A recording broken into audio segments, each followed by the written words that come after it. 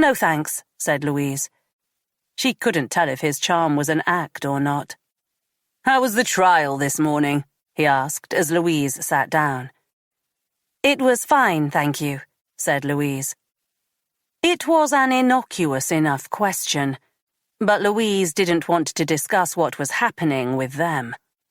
After the Walton Farm fiasco, she'd had the feeling that she was being monitored much more closely than before, and not without good reason. For the first year or so, she had been sure Finch was tracking her somehow, waging a campaign of anonymous text messages to try and drive her from the police. But it hadn't been just Finch. The assistant chief constable at the time, Terence Morley, had been a continual thorn in her side. He'd made no secret of the fact that he'd wanted her out after Max Walton's death, and did his utmost to pass any of her significant cases over to MIT. In fact, if it hadn't been for DCI Robertson, she imagined every major case during her time in Western CID would have been handed to Finch. As if summoned by her thoughts, Robertson arrived, nodding at everyone in the room by way of greeting. "Let's get going," he said, sitting down before anyone had the chance to respond. As she'd promised, Louise updated them with the developments, which mainly centered on Martin Walton Rennick and her recent conversation with Bryce Milner from the Veterans Group. "We'll be interviewing everyone from that group today and tomorrow," she said. "I've arranged to speak to Ben Coles, who was in the Falklands at the same time as Carl Innsgrove." "Where are we on locating Max Walton's son?" asked Evelyn Hartson, speaking for the first time since Louise had arrived. "We have a notice on him. As he's not using any of his own bank cards, he's proving hard to find," said Robertson. "But you found his whereabouts yesterday," said Hartson, eyebrows raised as she looked at Louise. Louise bit her lower lip before replying. "We have teams going to all the local campsites, hotels, bed and breakfast establishments, even Airbnbs." "But he could be anywhere," said Hartson. The DCI's reaction was needless and purposely provocative, but Louise refused to be drawn into an argument. It was clear to her that CTU wanted to take over the case, and Hartson was trying to find excuses to snatch the investigation away. "What do you have for us?" said Louise, reminding the pair that it was a two-way agreement. Taking on the role of good cop, Faulkner replied, with his charming smile, "Nothing suggests an imminent attack this weekend from the groups we're monitoring. I can't get into too many details, but the threat level is moderate." "With the groups you're monitoring," said Louise. "Moderate in general for the region. Of course, there may be other groups or individuals, but nothing is reaching our ears as of yet." Faulkner interlinked his hands, sucking in his breath before glancing at his colleague, who nodded. "There is one more thing that might be of interest to you. It's related to what you just told us about Carl Innsgrove." Louise glanced at Robertson, who shrugged. "Go on." "We requested some files on Max Walton after Carl Innsgrove's death. We knew he was ex-military, but part of his record was blanked out." "Spit it out, son," said Robertson. "We needed clearance, so it has only come to light just now. Max Walton was part of a covert team working in the Falklands War." Louise closed her eyes and shook her head. "You're only finding this out now?" "Much of this stuff stays classified unless someone requests it. I've read through the file, the parts that aren't redacted. I can send you the details, but can tell you for certain that Max Walton, like Carl Innsgrove, was aboard HMS Coventry the day it sank." Chapter 38. Although Monday had passed without incident, everyone was still on high alert. There was now a definite link between Max Walton and Carl Innsgrove, and with Walton's son in the country, it felt inevitable to Louise that things were far from over. She'd arrived 20 minutes earlier at the house of Carl Innsgrove's former group mate, Ben Coles, in Blagdon, but had yet to leave her car. After the CTU's revelation yesterday that both Innsgrove and Max Walton had been on HMS Coventry, everyone from Innsgrove's vet group was under the closest scrutiny. Their records and relationships were being examined by CTU, and as Coles had served in the Falklands, she wanted to speak to him first. Every now and then she went to take a sip of coffee from her thermal cup, only to forget about it. She would have left the car if she wasn't distracted by the newspaper on the passenger seat with Tanya's latest article in it. Ever since the article had been published, she'd been inundated with calls from other journalists. It had got to the point that she'd been forced to put her phone on silent and was now reliant on her police radio. The sensationalism of the last article, Suspected Murder in School, felt tame in comparison. Accused is lover of serving police officer. It had only been a matter of time before the story about her previous relationship with Finch came out. She'd expected it to come to light during her testimony, but Tanya had obviously been sitting on it and decided to release it now, for maximum exposure. Although she knew it word for word, Louise read the article again, wincing as Tanya stated how Louise and Finch were lovers prior to the killing of Max Walton in Bridgewater.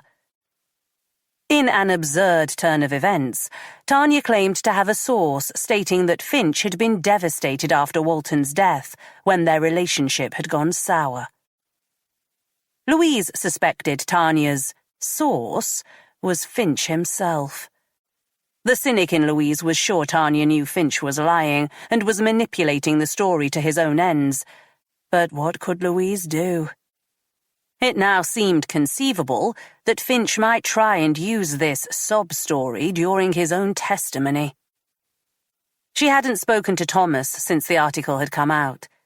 He'd previously told her he was okay with what had happened with her and Finch, but she wondered how he'd feel about it being plastered over the papers. Forgetting she was off coffee at the moment, she went to drink from the flask again, before turning up her nose at the smell. She couldn't let the news story distract her. It was exactly what Finch would have wanted, and she had bigger priorities at that moment. Throwing the paper in the back seat, she left the car and walked over to the small bungalow where Ben Coles lived. The grey brick building, one of many identical houses, reminded her of the place she'd rented in Tavistock Road when she'd first moved to Weston. A flower basket hung outside the front door, the plant inside long dead.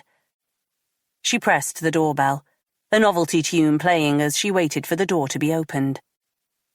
The man who answered appeared much younger and was definitely in much better shape than both Bryce Milner and Carl Innsgrove had been. He was over 6 foot, slim and muscular, his head shaven. He was wearing jeans and a dark t-shirt, tattoos prominent on each forearm. "Mr. Coles?" asked Louise. "That's me. You the copper asking all the stupid questions," said Coles. Louise sighed inwardly. "D.I. Blackwell. May I come in?" Coles nodded and led her through a small hallway to an immaculately tidy living area. Nothing was out of place, not that there was much furniture aside from 2 double sofas and a large screen television. "Tea?" said Coles. "Thank you for taking the time to see me," said Louise. She waited while the kettle boiled, accepting the mug of tea, the dark brown liquid still swirling inside. "You spoke to Bryce last night," he told me, asking lots of questions about Carl. "I'm sure you appreciate the necessity of that, Mr. Coles." Coles sat down, a groan of effort betraying his age. "He's dead, ain't he? Not much of a threat anymore." Louise knew all too well the damage people could do from beyond the grave, but wasn't about to get in a debate with the man over it. "You were in the Falklands together?" she asked. Coles tensed at the question, his back straightening as his forearms locked in place. We served at the same time. There is a significant difference. So you never came across Carl Innsgrove during that period? The first time I met Carl was at one of the vets meetings Bryce set up. You know how many people died over there? Louise had read the stats, but let Coles answer his own question. 253 British, 650 Argies. Anyway, I was a para, and he worked in electronics on the ships. Hardly likely to run into each other. Louise nodded, sipping the tea and appreciating the strong, bitter taste. I know Carl suffered from PTS after his time there. Do you mind if I ask about your experiences? Coles grinned, Louise noticing a faded tattoo on the side of his neck. Is that a nice way of asking if the war fucked me up as much as it did Carl? Louise didn't answer, smiling in response as she waited for the man to continue. It wasn't a picnic for me either. We all deal with it in different ways, but if you truly think about it, it's such an unnatural experience. If you haven't been there, you can't explain it. I imagine you've seen some things in your time working. Of course. Well, think of the worst thing you've seen. A mutilated body, perhaps. Then multiply that imagery 100-fold. And imagine it's going on all around you for hours on end, with your own life in the balance. And you'll have an idea. Like Carl, I turned to the booze when I got back. Thankfully, I never got into drugs in the way he did, but I was still fucked up. 15 years sober now, but I still get those flashbacks. I saw my friends blown apart. Literally blown apart meters from where I was standing. Never seen a war movie in my life that truly depicts that.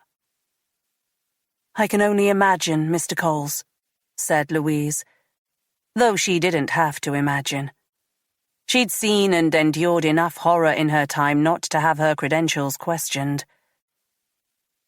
Coles smiled and moved his head, as if acknowledging her experience. I was surprised when I found out Carl had become involved in all this nonsense. I know he was still suffering, but it must have been worse than I imagined.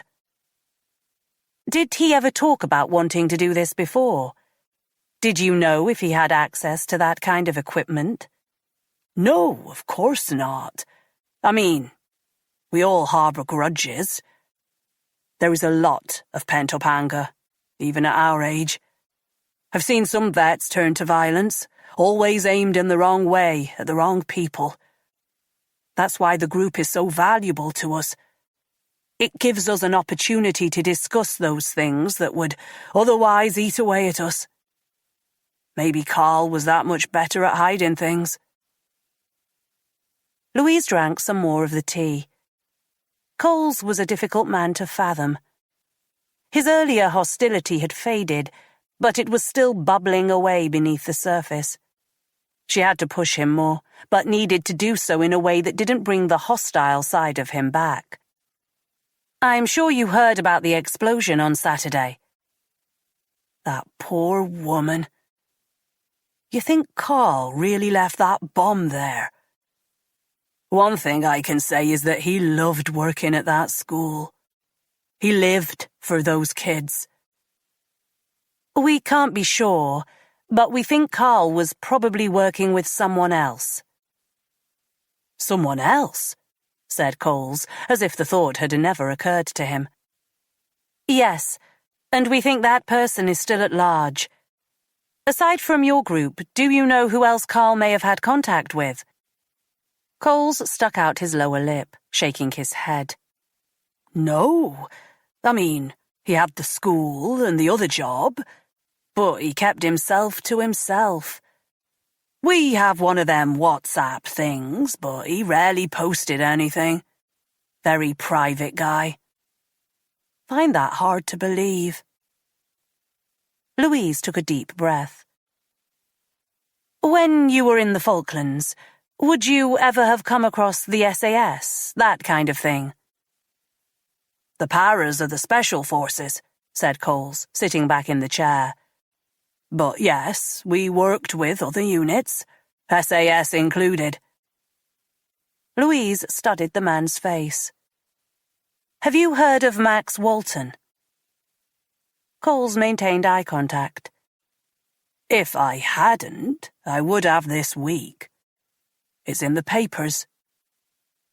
You were the one who shot him. He didn't say the words confrontationally. If anything, there was a hint of sadness in his question. Max Walton was a mass murderer, a serial killer. He was also a member of the SAS, who was active in the Falklands around the same time as yourself and Carl. Coles sat up straight. What? I don't understand. I never met Walton. I remember when you shot him. You were in the papers. I read about all the shit he'd done. I was relieved when he was dead, let me tell you that. I had no idea he was ex-service. He was a fucking disgrace, said Coles, clearly agitated. Could it be that your paths crossed? I mean, can you recall everyone you worked with? Coles allowed his breathing to return to normal. It's possible. But the SAS are sneaky beaky, you know? You weren't supposed to know they were there. Those guys were close-knit, as you would expect. Our paths would occasionally cross, and I knew some of their names, at least their nicknames, but never a Walton. I remember faces, and I've seen his, and I didn't see him over there. You're sure you would have remembered? It was a long time ago. Trust me, I would have remembered. Did Carl ever mention him? Max Walton? God, no. Maybe in passing. Coles shrugged. Anyway, there's no way their paths would have crossed. Not in the Falklands, anyway. I don't know what you've been told, but Carl spent the war on board those ships. The SAS were flown in. He would never have met Walton. And if, by chance, they were on the same ship, they would never have spoken to one another. The last sentence stayed with Louise as she made her way back to Portishead. Until that point, everything Coles had said had sounded reasonable. But he had no way of knowing for sure if Walton and Innsgrove would have spoken during Walton's stay on board the ship. What she really wanted to do now was go to court and watch developments with Finch. Instead, she went back to the station and forced herself to relive the most momentous investigation in her history.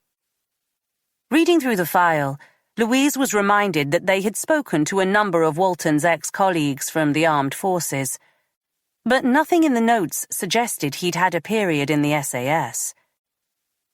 She ran a cross-search of Innsgrove, Coles, Milner, and the other members of the Vets Counselling Group, but no one appeared. The irony that the one person who would be worth talking to was currently in court on an attempted murder charge wasn't lost on her. Looking back, there was nothing about Finch's contribution to the investigation that could be trusted anymore. For all she knew, he could have spoken to Ben Coles and Carl Innsgrove during their investigation into Walton and not reported it, either because he hadn't thought it relevant or because he wanted to keep it from her. Accused is lover of serving police officer. It made her sick to the stomach that she'd ever had anything to do with the man. Everything bad that had happened in her life felt like it stemmed from that mistake, and still there was no escaping him. She was in the newspaper because of him, and one way or another he was tied to this current investigation. That Carlin's Grove and Max Walton had been serving in the Falklands was one coincidence too many, and that the fires had happened the week before Finch was in court made her wonder what role he had to play in everything. The smell of coffee drifted towards her, her reaction making her wonder if she was coming down with something. "Is your phone off?" said Tracy, knocking on the door and placing a cup in front of her. "Shit, it's on silent," said Louise, pulling her phone from her jacket and turning the volume on. "I think Thomas has been trying to contact you." "He called you?" "He's worried. He read that article." Louise glanced at her phone. Amongst the numerous missed calls from journalists and unknown numbers were 4 from Thomas. "I'll call him," said Louise. Tracy lifted her head in acknowledgement. "Everything okay between you two?" "Of course," said Louise. "Hey," she said when Thomas answered the phone. "Sorry I missed you. I had my phone on silent while interviewing. I'm the most popular copper in town at present." "You're always my most popular copper," said Thomas. "You okay? I can't believe Tanya published that article today." "It was bound to come out at some point. The timing couldn't be better for Finch, though," said Louise, stopping short of telling Thomas she'd seen the journalist at the courthouse. "I can't wait until this is over." "You and me both." "Anyway, I'm afraid I have some more bad news for you." Louise felt a flutter in her stomach as she tried to anticipate what he was going to say. "I lost my job today," he said, before she had the chance to ask him anything. She went quiet. "You're kidding," she said, after she'd processed the information. "No, they're calling it restructuring, but I know where the truth lies. I just wanted to let you know in case it causes you more grief." "You've lost your job and you're concerned about the effect it has on me." "I don't want them to use this against you." Louise was momentarily lost for words. It shouldn't have taken something like this for her to be reminded of Thomas's selflessness. That his major concern was the effect his dismissal would have on her said so much about him. And, she feared, said a little about her too. "I'll get Greg to speak to them. He can explain it was nothing to do with you." "I'm not sure even D.S. Farrell can get me out of this one. Don't suppose there are any jobs going back in headquarters," he said with a laugh. "We could certainly do with you at the moment," said Louise. "I really am sorry this has happened, Tom." "It's not your fault. Bad timing, I guess." Louise sensed his hesitancy, as if he wanted to say more but either didn't know what to say or was scared to do so. It had never felt awkward speaking to Thomas before, but now there was a divide growing between them that was of her own making. "I wish I could be there for you. It's just—" "You don't have to explain. I was thinking, though, I'm sure to have some time off now, so maybe when this stuff with Finch is over we could go away somewhere together. Since I've known you, I can't remember you ever having a holiday." "That would be lovely," said Louise, doubting her own words as she said them. Chapter 39. Farrell had followed Perkins back to the station after watching his heated meeting with Michael Sinclair. Sinclair had been released without charge after Perkins' questioning had stalled. So why the hell was he meeting with the man now? Something was clearly amiss, but Farrell had to be careful about his next move. Perkins was more sidelined in the station than before, with Finch's incarceration, but that didn't mean he didn't have allies within the force. Farrell wasn't able to look into Perkins' files, but unless he was working on something ultra-secret, there didn't appear to be any logical reason for Perkins to be speaking to Sinclair. Positive identification had just come in for the other 2 men Perkins had met. Etienne Hoffman and Grant Frame were two known villains from North London who'd been making a name for themselves in Bristol and the surrounding area. It didn't take Farrell long to link them to Terry Clemens, who was holed up at the same prison where Tim Finch was on remand. Farrell wasn't sure if there was a worthwhile connection, but he knew for certain Perkins had been in court watching Finch's trial before meeting with Sinclair and two of Clemens' former colleagues, and that had to mean something. Farrell's options were limited at this stage. He knew an officer in the Ghost Squad, but it was too early to even mention his suspicions to them. They may already be running something on Perkins, but if he raised this issue now, it would change everything. No one wanted corrupt officers on their team. The widespread condemnation of Finch was proof enough of that. But being known as a potential grass would effectively ruin Farrell's career. However well-intentioned, going against Perkins at this stage would mean that he would never be fully trusted again. If she wasn't directly involved, as well as under enough pressure of her own at the moment, he would have gone to Louise. She was one of a handful of officers he trusted beyond question, and given her dealings with Finch, had the perfect experience to know what to do next. DCI Robertson was another he could have gone to, but he would be duty-bound to make something official out of it. With Thomas no longer part of the team, there was only one other officer he could speak to. Tracy Pugh. Farrell had worked with Tracy on her sabbatical to Weston during the pensioner killer murders a few years back, and he'd since got to know her very well. She was Louise's closest friend in the police, and that alone meant he was able to trust her. She was working in the Major Crimes Office, searching through a database of photo fits. "Dating profiles?" he asked, sitting down next to her. Tracy turned to him as if in a daze, before breaking into a smile. "Very funny," she said. "Though this one looks a bit tasty," she added, pointing to a stick-thin man with the complexion of a teenager. "Still trying to locate our South African fugitive?" "There's something about this Walton family I just don't like. Can't quite put my finger on it. Anyway, what the hell are you doing in my department?" "I was wondering if I could buy you a coffee," said Farrell. Tracy frowned, before realizing he meant he wanted to speak to her in private. "I know just the place," she said. 5 minutes later they were sitting in Louise's office, Farrell having poured 2 cups from the staff machine. He told her about following Eddie Perkins and his run-in with Sinclair and 2 of Clemens' men. "Eddie Perkins is no good, I can confirm that. It's an open secret he's on the take, though everyone turned a blind eye under Finch's reign. There's no feasible reason he would be meeting with Sinclair, is there?" "He told you he didn't know him?" asked Tracy. "Pretty much.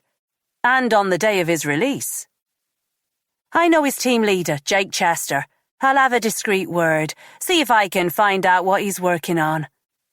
"What did you want to do?" "Ideally, I want to keep eyes on him, see what he does next, but sooner or later he's going to spot me." "You want me to help you?" "2 eyes are better than 1. Tracy seemed to consider the suggestion. "Have you heard that Thomas lost his job? I just spoke to Louise." "No way," said Farrell. "Just because of what happened. We haven't charged him and we're not going to. This isn't because of Lloyd Bradshaw's accusation, is it? Bradshaw was clearly bullshitting us." "Sounds like they don't want to take any chances." "Maybe we can get some answers with Sinclair and Perkins." "Count me in." It was still light when Perkins left the office. Farrell had been loitering in the main foyer so he could keep an eye on the door, while Tracy had been waiting in her car. Perkins didn't notice him as he left, and Farrell called Tracy and told her to get ready. They took separate cars, following Perkins from a distance. Despite what Farrell knew about Perkins, it still felt wrong following a fellow officer. Disloyalty was something not tolerated in the police, and that message had been drummed into him since his first training day at Hendon. He had to remind himself that Perkins was potentially doing something illegal, and that his actions were jeopardizing the safety and future of his friends and colleagues. "Perkins lives over by Bedminster, doesn't he?" said Tracy on the phone. "Believe so," said Farrell, noticing in the distance that Perkins was taking a turning for Avonmouth. "I'll hold back," said Tracy, allowing Farrell to overtake her. Farrell was still using his friend's car, which he'd parked away from the station, but that in itself was a risk should Perkins have noticed it yesterday. The traffic between his car and Perkins began to thin, and Farrell was forced to pull over. "He's making his way to the Docklands," he said to Tracy, who drove past him 2 minutes later. "I've eyes on him," said Tracy 10 minutes later. "He's parked up in the transit area of South Docks 5. Farrell had Tracy's location on his phone and parked up next to her. "You drive down, I'll go by foot." Tracy nodded and set off as Farrell left the car. The docks may not have contained the thriving industry it once had, but there was still a hive of activity in the area, which currently contained a seemingly endless tanker and a large ocean liner. Perkins had parked up in an area containing hundreds of shipping containers. "He's leaving his car now," Farrell told Tracy, who waited a couple of minutes before driving into the car park. Farrell pulled his hoodie over his head, feeling more conspicuous walking down the hill than he had in the car. He still had a sight line of Perkins, who was constantly checking his surroundings. He made his way to the entrance of the shipping containers, where 3 men had just emerged. "Company," said Farrell, dropping to his haunches as he pulled out a long-lens camera from his holdall. "You recognize them," said Tracy. "Same 3, Sinclair, Hoffman, and Frame." "What is he playing at? You want me to move in?" Farrell adjusted his sight. The 4 men were standing firm. Sinclair appeared to be talking. Perkins stood rigid as he listened to what the man had to say. "You'll be compromised if you move," said Farrell, snapping photos of the 4 men. He zoomed in on Sinclair, who was definitely the most agitated, gesturing with his arms as he spoke to Perkins. Sinclair stopped speaking, and the 4 men stood looking at one another, before Perkins reached inside his jacket. Farrell's heartbeat spiked as he began clicking on the camera once more, only for Perkins to bring out a phone. As Perkins went to tap on it, the phone was knocked from his hand by Hoffman. Sinclair shook his head as Farrell relayed the information to Tracy. "Shall we go in?" she asked. "Not yet," said Farrell. The movement by Hoffman had been aggressive, but Perkins hadn't reacted. The phone lay on the ground between the 4 men as Perkins seemed to consider the situation.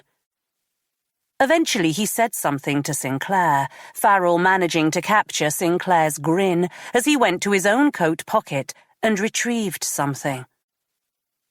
Farrell focused all his attention on the item. He couldn't help but chuckle at the sight of the cliched brown envelope. He'd thought bungs were a thing of the past, reserved for 80s football managers in public toilets. But here was Sinclair, in daylight, seemingly handing Perkins an envelope stuffed with cash. Chapter 40. Preparations for the air show were in full swing in the centre of Weston. In readiness for the 2-day festival, the lawns opposite the seafront to the west of the Grand Pier were full of stalls, and a number of activities had been planned for the beach. Alongside the annual beach motocross, it was the highest attended weekend of the season, and the local hotels and bed and breakfasts were all at capacity. Security procedures were in place throughout the town, but no one seemed to mind. It was Hannah Sanchez's funeral tomorrow. and although the woman hadn't been forgotten, a Memorial Day had been planned, the town was moving on. Louise sensed the excitement as she moved from site to site, checking the security protocols were being followed while searching for a hint, however small, of something untoward. She knew it could come down to one chance. She was sure that the offender, be it Martin Walton Rennick or not, would reveal themselves at some juncture, and she wanted to be there for that moment. She walked past the various stalls on the lawns, stopping at a booth set up by the RAF. Her father had once been a sergeant in the Air Force, leaving a couple of years after her brother, Paul, had been born. As children, they would make the short journey from Bristol for the annual air show in Weston, the highlight of which was always the display by the Air Force's aerobatic airplane squad, the Red Arrows. Louise could vividly recall the childhood glee of watching the airplanes make their daredevil moves through the sky, the joy she'd experienced holding her father's hand as the planes rushed towards each other, only to turn away with a split second to spare. The memory made her think of Thomas and his suggestion about the holiday, which had come so close on the heels of her all but rebuffing his suggestion to take the kids out together. Until recently, they'd taken things slowly, neither feeling the need to make plans for any future together.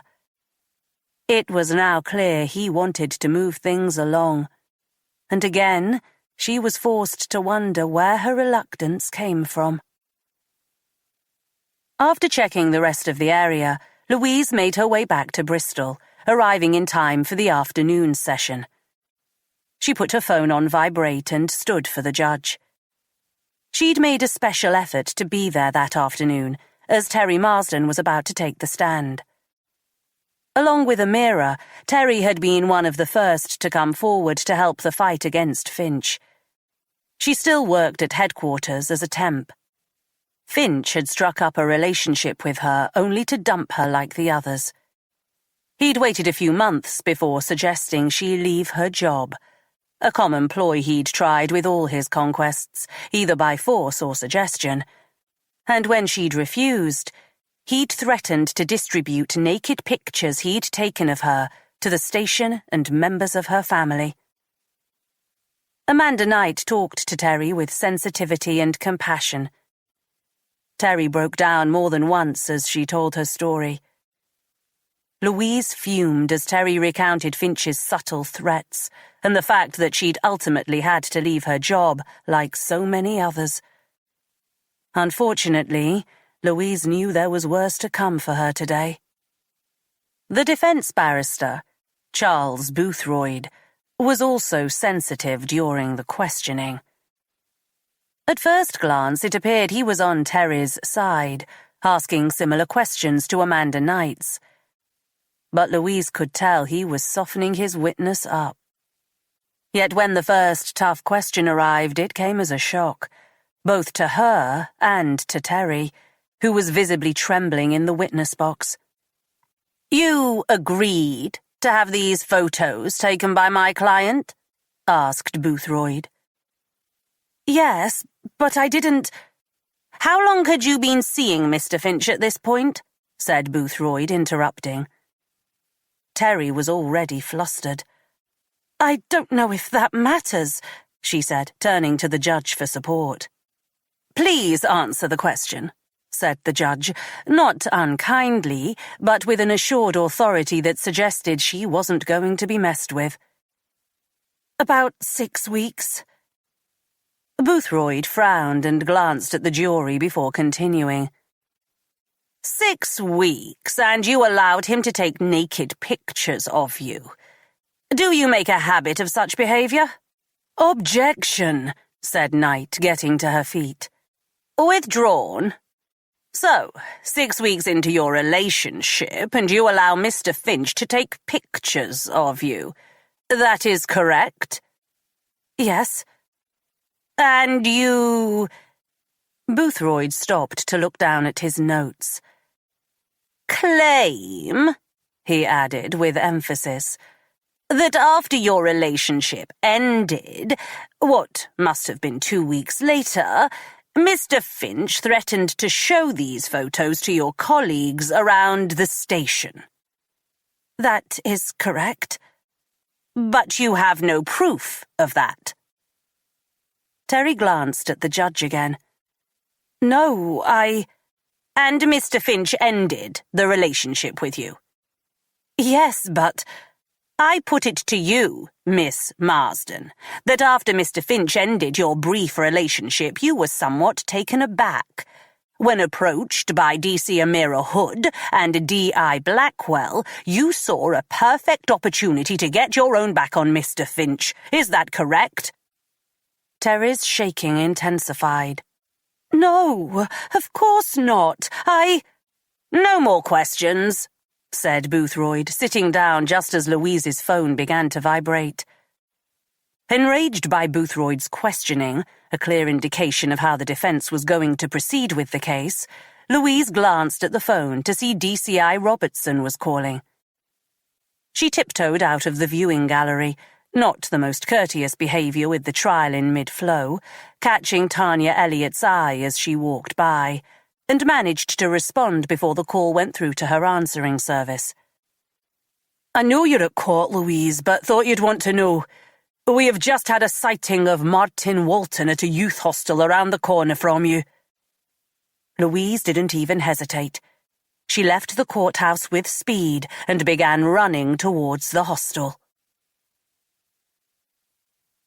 Chapter 41. The youth hostel at Narrow Quay was less than half a mile away. As Louise ran towards Corn Street, she saw a familiar face behind the wheel of a less familiar car. She shot Greg Farrell a quizzical look, Farrell responding with a firm shake of his head, as if he didn't want to be disturbed. Louise looked behind her to decipher Farrell's sightline, to see that he had a perfect view of the court entrance.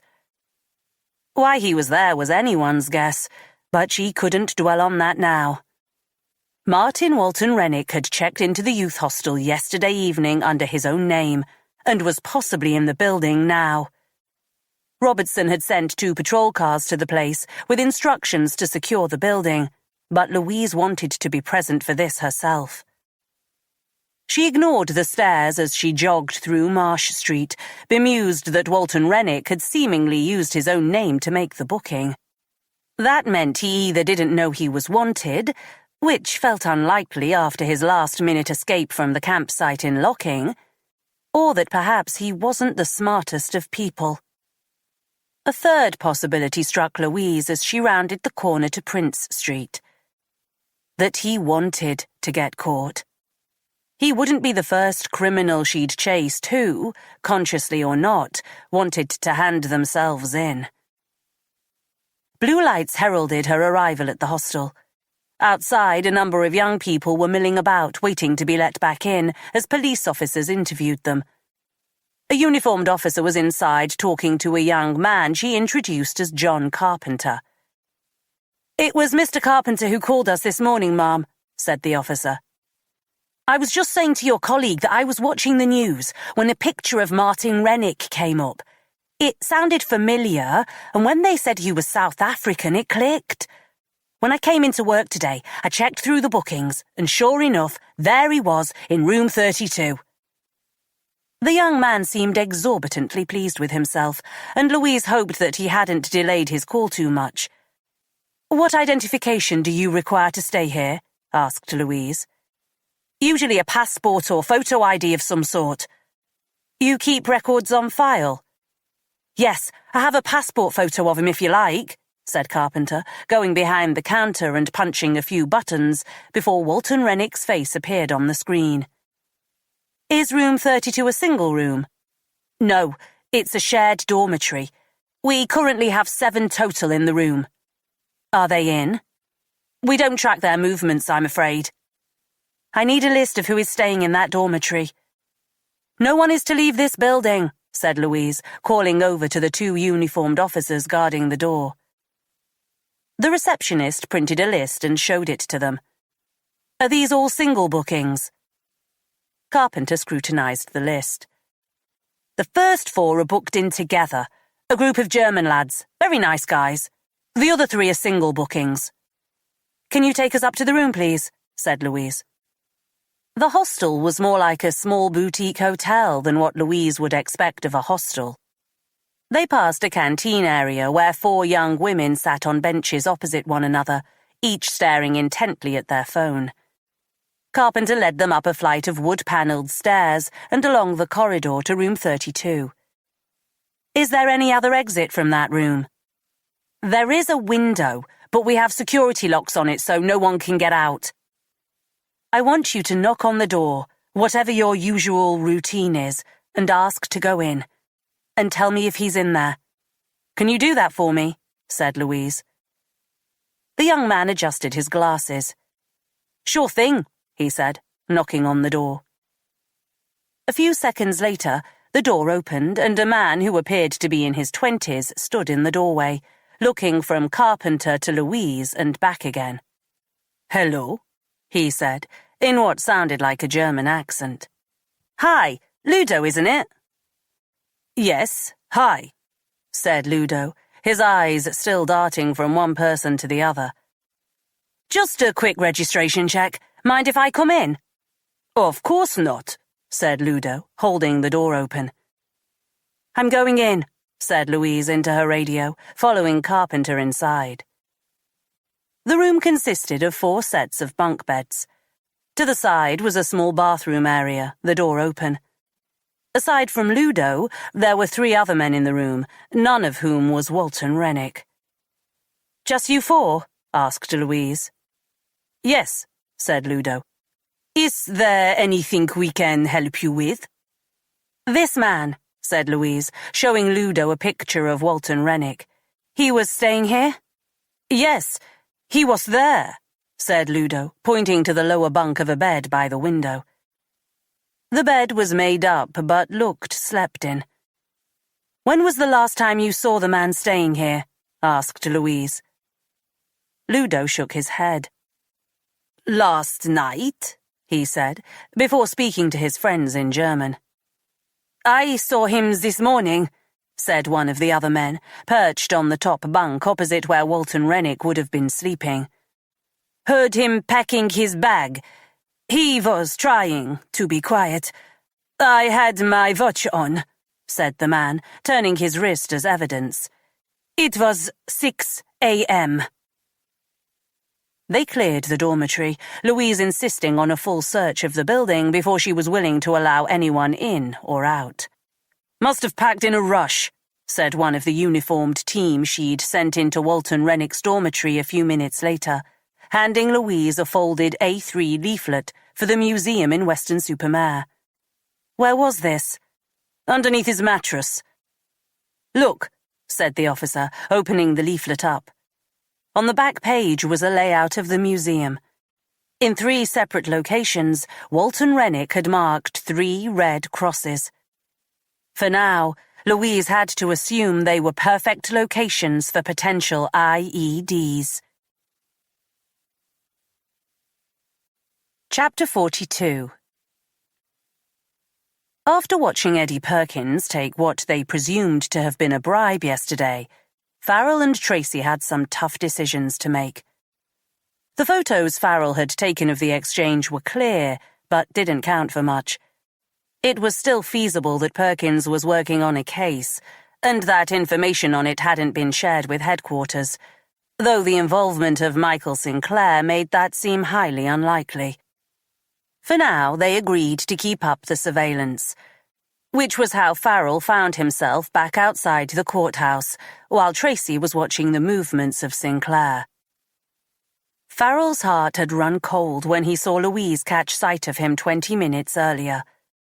In that split second, he'd imagined Perkins leaving the courthouse and catching them looking at one another, and the situation blowing apart. Thankfully, Louise had readily acknowledged the heated shake of his head before leaving for the waterside, where Farrell had heard on the radio that Walton Rennick had been located. Earlier in the day, Farrell had seen Tanya Elliott enter the courthouse 5 minutes after Perkins. Although both had legitimate reasons for being there, Farrell was sure Perkins was feeding information to Tanya from Finch. He imagined the latest story about Finch and Louise being lovers had been leaked to the journalist that way. And for that alone, Perkins deserved the surveillance and hopefully everything else that was coming his way. Tanya Elliott first. From what Farrell could see, she'd yet to miss a second of the trial. He'd always got on quite well with the woman, and most of the time he appreciated that she was just doing her job.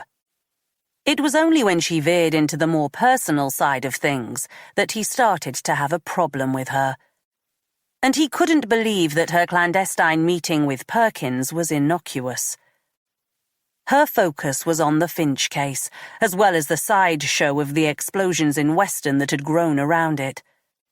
It was arguable that she'd spoken to Perkins to get his view of things, but the secretive way they'd talked to one another suggested something else. He watched her drive away in her sleek sports car, another 30 minutes passing with no sign of Perkins. Finch left first. Farrell heard the security clearance call and the prison van pull off. 2 minutes later, Perkins left the courthouse. Farrell wasn't buying this coincidence. Was Perkins somehow managing to speak to Finch inside the building? Farrell didn't have time to ponder the question long.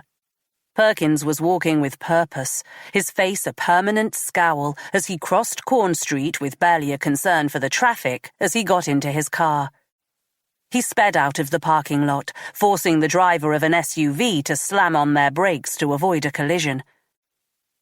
Farrell eased into the traffic as smoothly as possible, calling Tracy to tell her he was on the move. "He seems to be in a rush, or is taking out his anger on his car," he said, following Perkins out of the city. "Do you think he's heading back to Cabot Tower?" "Could be. Why?" "Just followed Sinclair there." "Another collection," said Farrell. "We could get a team in," said Tracy. Perkins headed along Anchor Road, his speed and impatience only curtailed by the cars in front of him. It would be the perfect opportunity to catch Perkins and the others in the act, but again it would be a huge risk. They couldn't even confirm they were meeting yet, and had no way of knowing what the meeting would entail. Chances of it being nothing were too high at the moment, and if they got it wrong, not only would it ruin any chance of them finding out what Perkins was up to, it would jeopardize their relationships with everyone else on the force. Tracy understood that as well as he did, and didn't argue when he decided against it. "Is it the same meeting place?" he asked. "Looks that way." "Okay, I'll hang back so there's no risk of him spotting me. Let me know when he arrives." Farrell was still 5 minutes from the park when Tracy called again.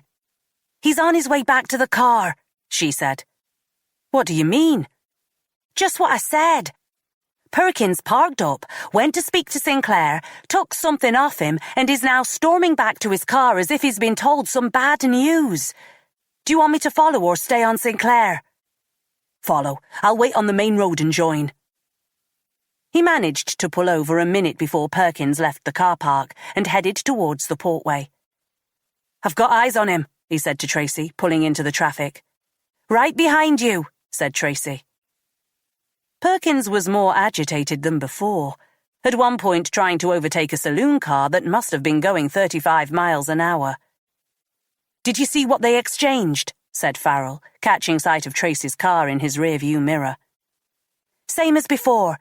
Perkins didn't even bother hiding it this time, all but snatching it from Sinclair's hand." "Cash?" "Yep."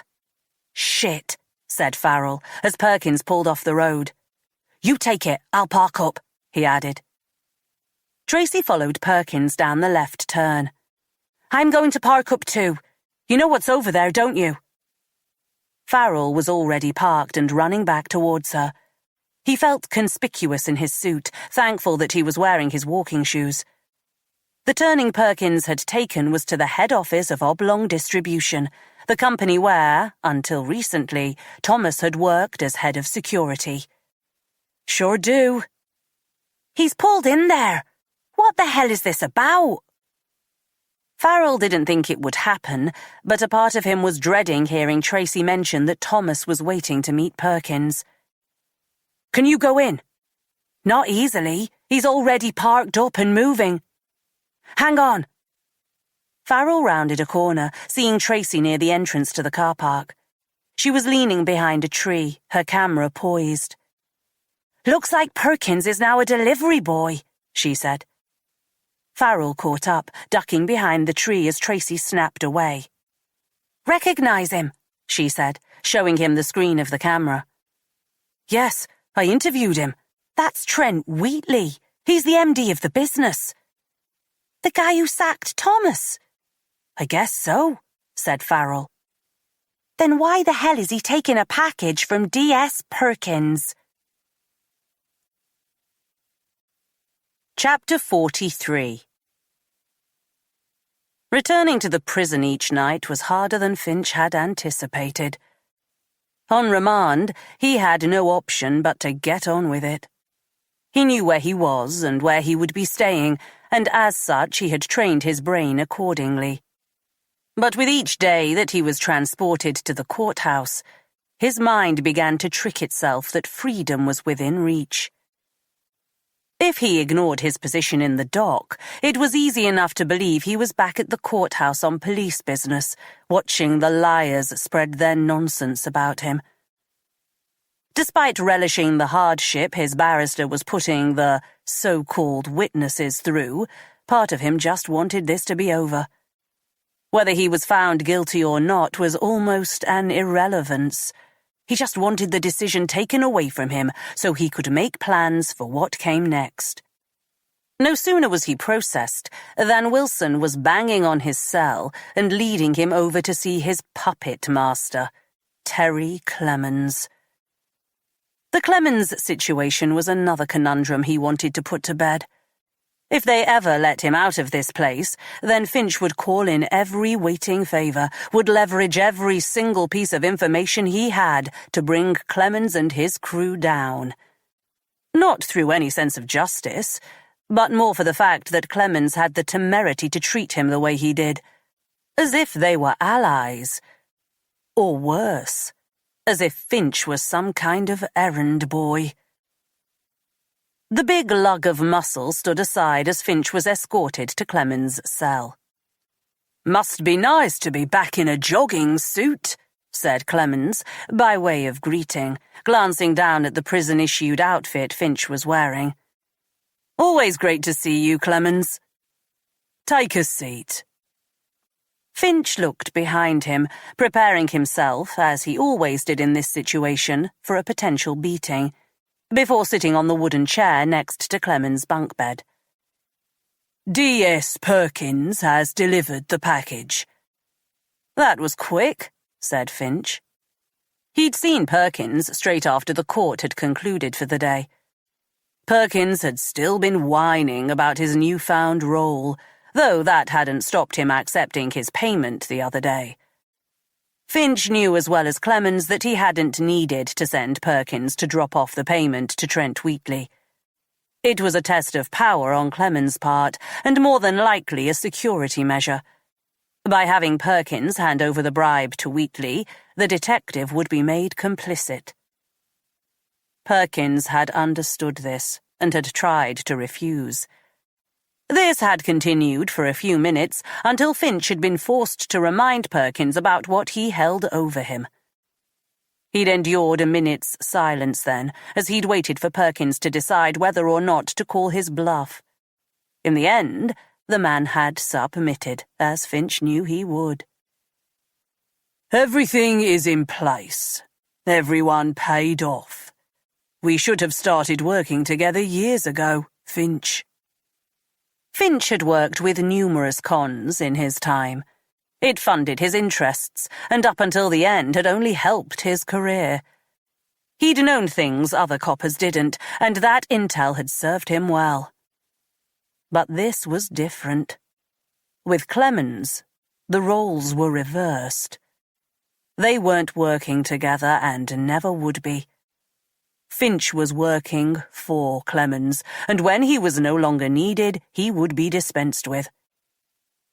"Here's to the future," said Finch, wondering if the wardens or Clemens' henchmen would reach the cell first if he took Clemens' life where he sat. Back in his cell, Finch straightened his few meagre belongings and lay down on his bed, his arms folded across his chest. At first, he began plotting how he could take Clemens out of the equation.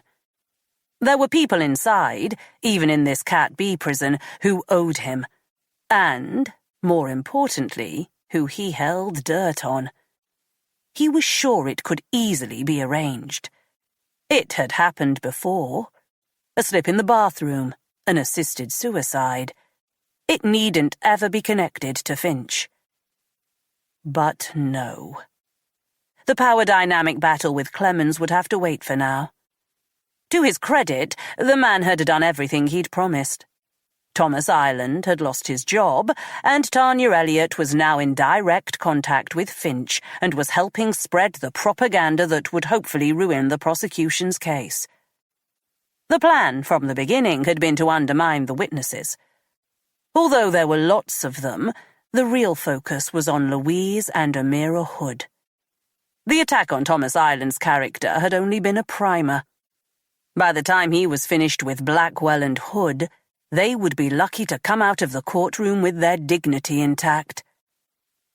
The thought gave Finch comfort. He closed his eyes and fell immediately into a deep and dreamless sleep.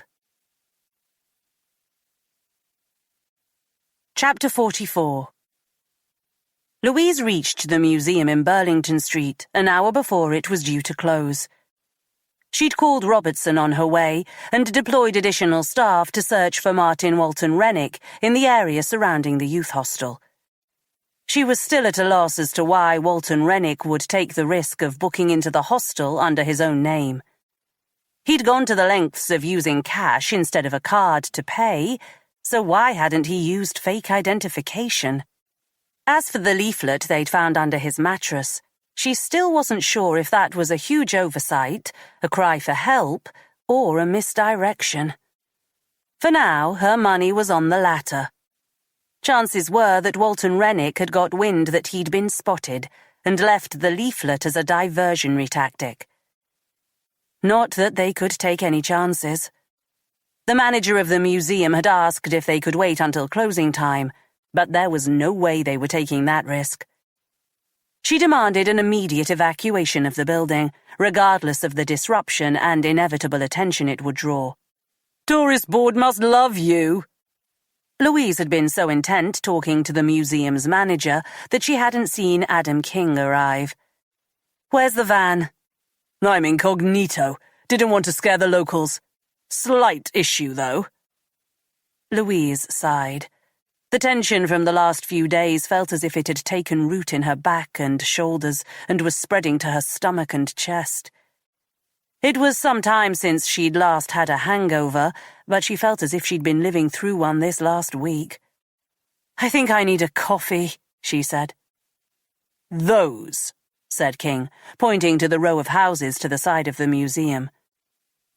The museum was an old Victorian building wedged in between two sets of terraced houses. Opposite were garages with cars parked out front. "What about them?" "I'll do a preliminary search, but we're going to need them evacuated immediately. This whole street needs to be closed down." "Great." "Not the end of it, I'm afraid." "You want me to shut the whole town, Adam?" asked Louise, with a little bit more bite than she'd intended. If he took any offense, it wasn't apparent. "Not quite, but the buildings to the rear have to be evacuated as well. If we have no way of telling where any devices have been planted, we can only guess as to the blast range. And there's a lot of glass inside, if I recollect." "The courtyard has a glass ceiling," said Louise, handing King the leaflet found under Walton Rennick's mattress.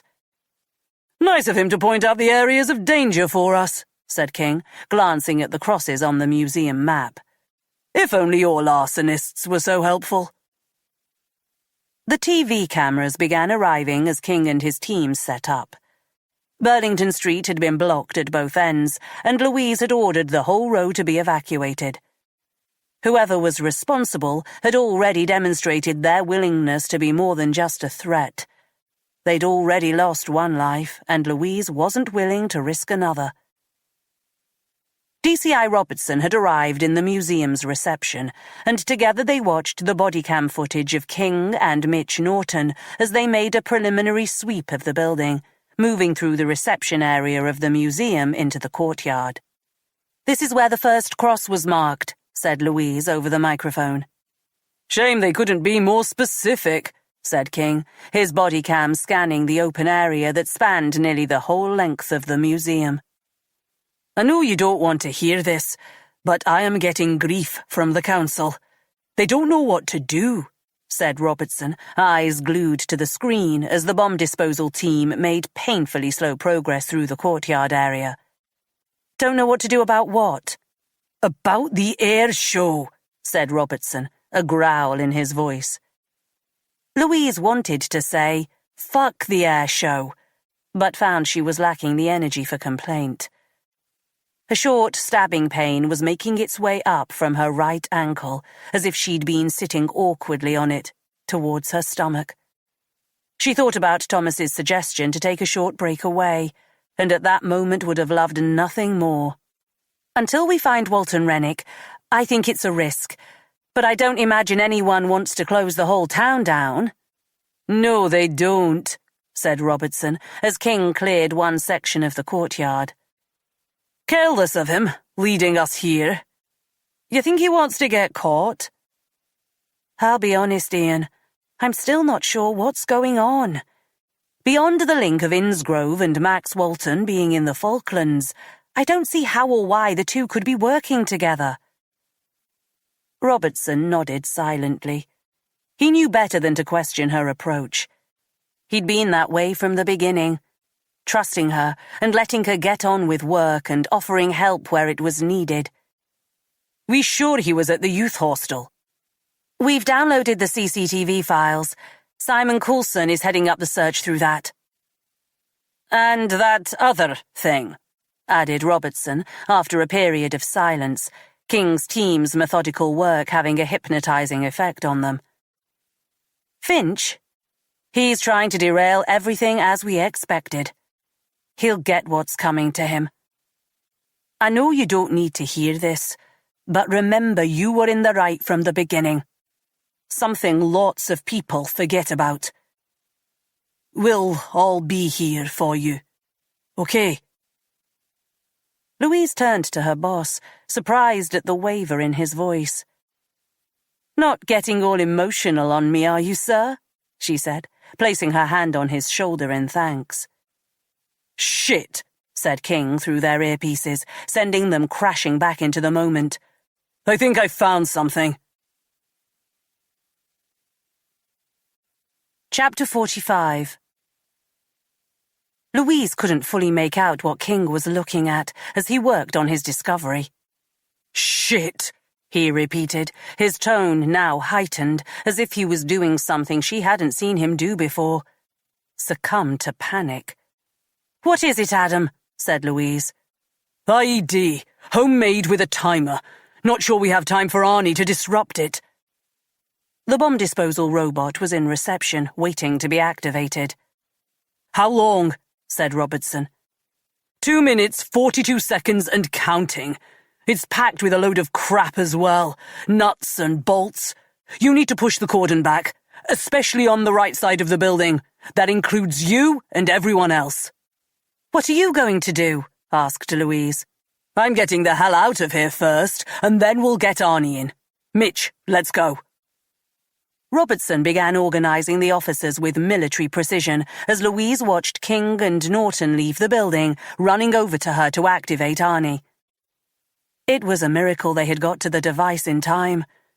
When they'd arrived, they'd been forced to escort children and families from the area, and if the timer had been set for earlier, it was horrendous to think what could have happened. From what King had told them, the IED was packed with material that would spread out from the blast and kill or severely injure anyone nearby. That said, it was now after closing time at the museum. Louise didn't know how late the staff would usually stay on, but it seemed that the offender had deliberately set the timer for a period when the place would be shut. That supported the possibility that Walton Rennick, if he was responsible, was not intent on causing maximum damage. If he'd wanted to do that, then he could have set the timer a couple of hours earlier. She tried to hope that this IED was another dummy bomb, like the one they'd initially found at the school, but it felt as if things had escalated beyond that point now. The offender had already killed someone, intentionally or not, and hope as she might, it was highly unlikely that they were about to take a step back. Captivated, they watched on the screen as Arnie made its way on its caterpillar tracks to the area where the bag had been found, jammed behind one of the exhibits.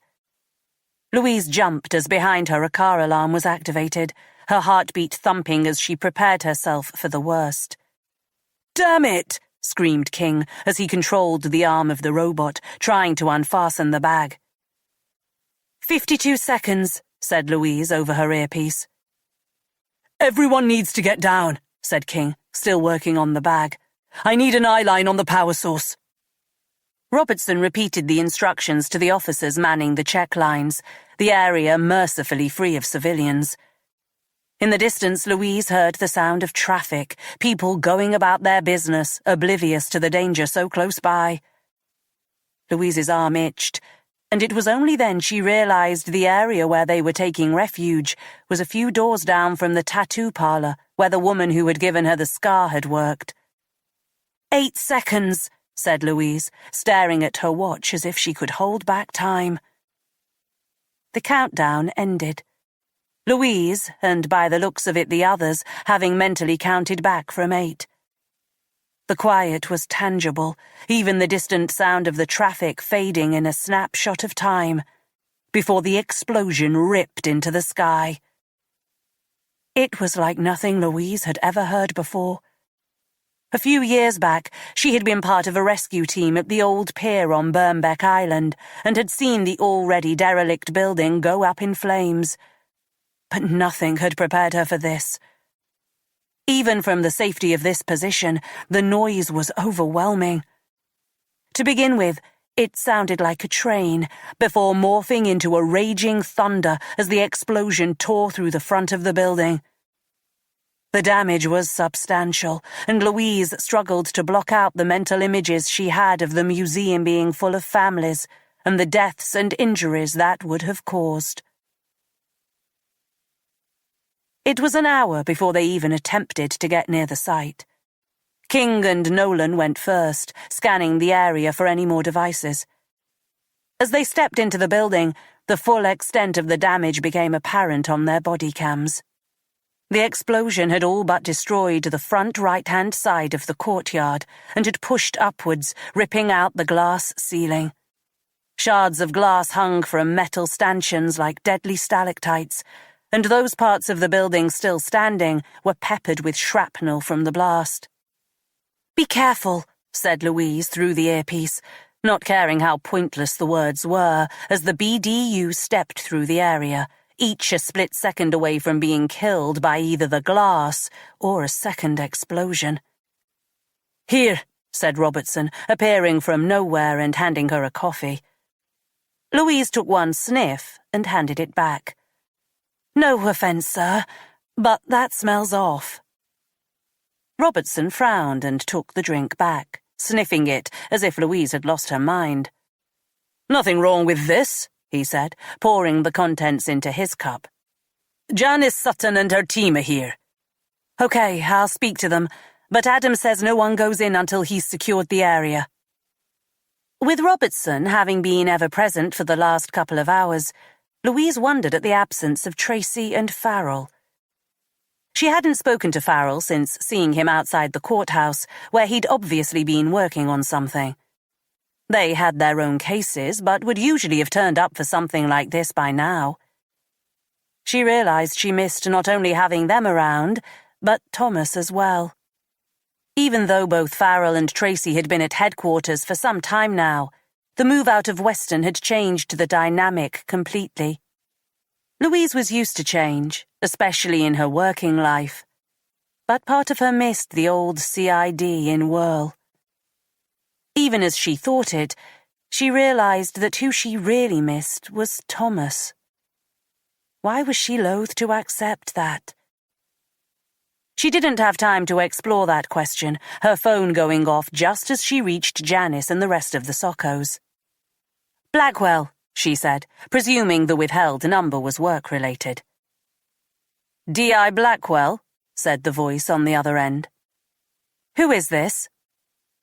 The caller was male, his voice modulated by some form of software. "I think you know." Louise clicked her fingers, signaling Janice over. "I think it's the offender," she said under her breath. "Could you tell me your name?" "You were warned. I've been lenient on you so far, but you haven't done what I asked of you." "You mean my resignation? What would that achieve?" "This is your final chance. Resign now, and there need be no more deaths." "Martin, is that you? I can help," said Louise. But the caller had already hung up. Chapter 46. Farrell poured the last remnants of coffee from his flask and lamented his life decisions. He'd been tracking D.S. Perkins ever since his last meeting with Sinclair, and had spent the night on unofficial observation outside Perkins' house in Hartcliffe. Perkins was nothing if not predictable. His life seemed to be an endless loop of routine. Wake, work, pub, sleep, repeat. Twice already, Farrell was sure he could have pulled him over and arrested him for being drunk in charge of a motor vehicle. That Perkins could get up every morning after spending a good 4 or 5 hours in the local bar was a wonder. But here he was again, shutting the front door behind him as he dragged himself to his car. Farrell checked himself in the mirror before pulling away, noting he wasn't looking any better than his colleague. He'd managed to get a few minutes' sleep here and there during the night, waking every time a car engine started. It wasn't ideal, but the surveillance was unofficial, and he was already at breaking point. His eyes were pitted with red lines, and his reflection looked dazed, reminding him of photos he'd seen of himself when drunk. "Morning," he said, answering the call from Tracy. "Perkins is on the move." "No movement here," said Tracy, who'd been watching Sinclair. They'd decided they would watch the men until the end of the week and reevaluate their options then. If it hadn't been for the involvement of Thomas, however tenuous that probably was, and his links with Louise, they would have done things differently. As it was, they were waiting to see what Perkins did next before deciding on their next move. "And your handsome young man?" asked Farrell, smiling as Tracy groaned in response. Tracy had enlisted the help of her boyfriend, Sam, to watch over Thomas's ex-boss, Trent Wheatley. Sam was a few years Tracy's junior, and Farrell was able to risk sending the occasional teasing comment her way, though he usually preferred doing it from the safe distance of a phone call. "You're just jealous," said Tracy. "He's fine. Wheatley was up bright and early and is already at work. Nothing out of the ordinary yesterday." "Are we going to keep this going for the rest of the day? I'm knackered." This type of surveillance would usually involve a large number of officers. With just the 3 of them, it was a thankless task that couldn't go on much longer. "Looks like Perkins is headed back into court. We could switch targets." "I can last a few more hours if you can." "Okay, let's reconvene at lunch, or hopefully sooner," said Farrell, hanging up. He followed Perkins to a multi-story car park near the centre. Parking outside, he was going to wait until Perkins made his way to the courthouse, when Tanya Elliott pulled into the car park. Farrell rarely believed in coincidences and left his car to follow the journalist. The more he dealt with her, the more he disliked Tanya Elliott. He'd known her since she'd been a cub reporter on the Mercury and had hardly recognized the person she'd become. Even Perkins wouldn't be stupid enough to trust her, but that didn't mean he wouldn't drip-feed her information. Farrell was amazed by some of the stuff she was getting away with. She'd done a hatchet job on Louise over the past week, and it was ratcheting everything up during Finch's trial. It was almost as if she wanted Finch to be found not guilty, and, blockbuster ending to her book or not, Farrell couldn't understand what was motivating her. Farrell found the staircase as Tanya headed up the first ramp. He decided to take a lift to the top floor and work his way down. If Perkins saw him, then he could explain he was parking there before heading to the courthouse. It would be awkward, but explicable. He took a deep breath as the lift door opened, his lungs filling with the smell of stale nicotine and urine. Slipping out of the mobile prison, he stepped through the swing doors to the top of the building, thankful to get a bit of fresh air. He couldn't have timed it any better. Tanya pulling into a space next to Perkins as Farrell walked in the opposite direction and pretended to tie his laces behind the cover of a black Land Rover. He wasn't sure what he hoped to achieve. The top floor of the car park was a quarter full, and if he stepped out from behind the Land Rover, he would be noticed. Ideally, he would have liked to get close enough to hear what they were talking about. Nowadays, clandestine meetings with journalists were actively discouraged. Everything was supposed to go directly through the press office. Such meetings still took place, but this was the second time he'd seen Perkins with Tanya, and, as far as Farrell could tell, there didn't seem to be a legitimate reason for them to be meeting. He took photos as best he could, hoping that at some point they would come in useful. Tanya and Perkins were close together. From Farrell's vantage point, it appeared that Perkins was encroaching on the journalist's personal space, but Tanya was holding her ground. Both were straight-faced, the only animation coming from Perkins' hand movements. Tanya turned away, and Perkins pulled on her arm, keeping his hand in place as she turned back to look at him. Tanya shrugged his hand away as he reached for something inside the car to hand to her. Tanya shook her head just as Farrell was distracted by an incoming call on his phone. "Shit," he mumbled, keeping his eyes on the two as he answered. "Greg, Wheatley is on the move. Looks like he's heading to Weston," said Tracy. Farrell had only turned away for a split second, but had missed the chance to take a photo of Perkins handing something to Tanya. "Is Sam following?" "As best he can." "Okay, give me a few minutes and I'll get back to you," said Farrell, hanging up as Tanya got back in her car and drove off. 10 minutes later, after watching Perkins enter the courthouse, he called Tracy back and explained what he'd seen. "Did he definitely hand her something?" asked Tracy. "I can't be sure. How is Sam doing?" "Driving past Nailsea," said Tracy. "Look, I think we've got to the point where we need to go to professional standards about this. We've already done enough." Farrell agreed it was the sensible thing to do, though at this stage it had its own risks. The approach they'd taken was in itself highly unprofessional, and they would possibly face sanctions for their actions, however well-meaning. "Hang on," said Tracy, interrupting his train of thought. "Call coming in from Sam. I'll put you on conference." "He's just pulled up outside Tamar Road in Whirl. He's leaving his car and walking up the pathway." Farrell didn't need to check his notes to know the address. "That's Thomas's house," he said. "Ringing the bell," said Sam.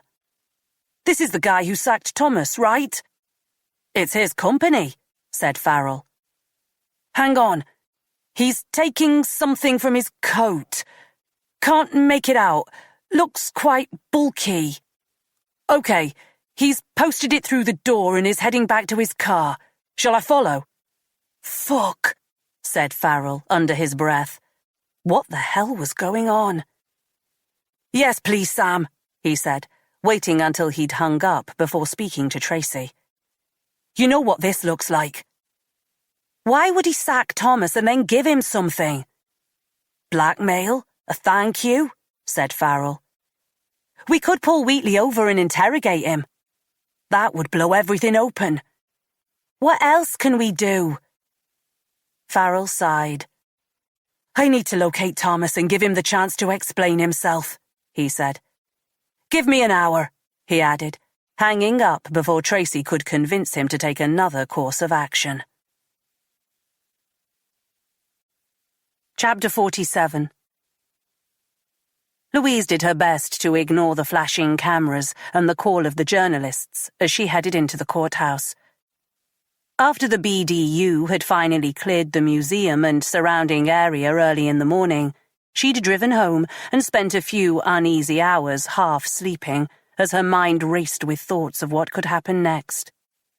It was a wonder that Hannah Sanchez had been the only person to lose her life so far.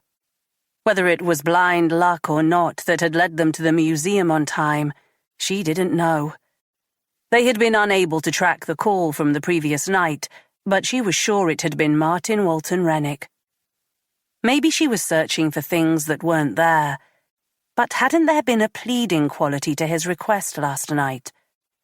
Rather than tell her she must resign, it had been as if he was begging her, as if he was desperate not to cause any more damage than he'd already done. She'd been dwelling on that question ever since. Her working theory was that Walton Rennick was doing this for his father. That much felt obvious, but that his role was a reluctant one. She could understand the impact of not having a father growing up. In some twisted way, Walton Rennick might see it as his duty to avenge his father's death. But if that was the case, why hadn't he targeted Louise more specifically? That he wanted her to resign, as some sort of punishment, suggested he didn't have the type of violent drive his father had possessed. That didn't mean he wouldn't strike again, but it gave her hope that if she could make contact with him, he could be stopped. Amira was waiting for her in the court canteen. She was going to be called to testify today, and with Louise being next on the call sheet, there was a chance Louise would have to testify that day as well. Louise brought over 2 cups of tea and sat down opposite. From the bags under her eyes, it seemed Amira had had the same amount of sleep as her last night. Louise leaned across the table and placed her hand on Amira's. "It's going to be okay," she said. Amira gave her a weak smile and placed her free hand over Louise's before pulling back to drink her tea. "I've been waiting for this for so long. It feels weird that we're almost at the end of it. In a way, I don't want it to be over. I'd rather he rotted on remand than have to suffer waiting for the jury to make its decision. I understand. We both know what it's like waiting for a decision. But imagine how it's going to feel when he's put away for good."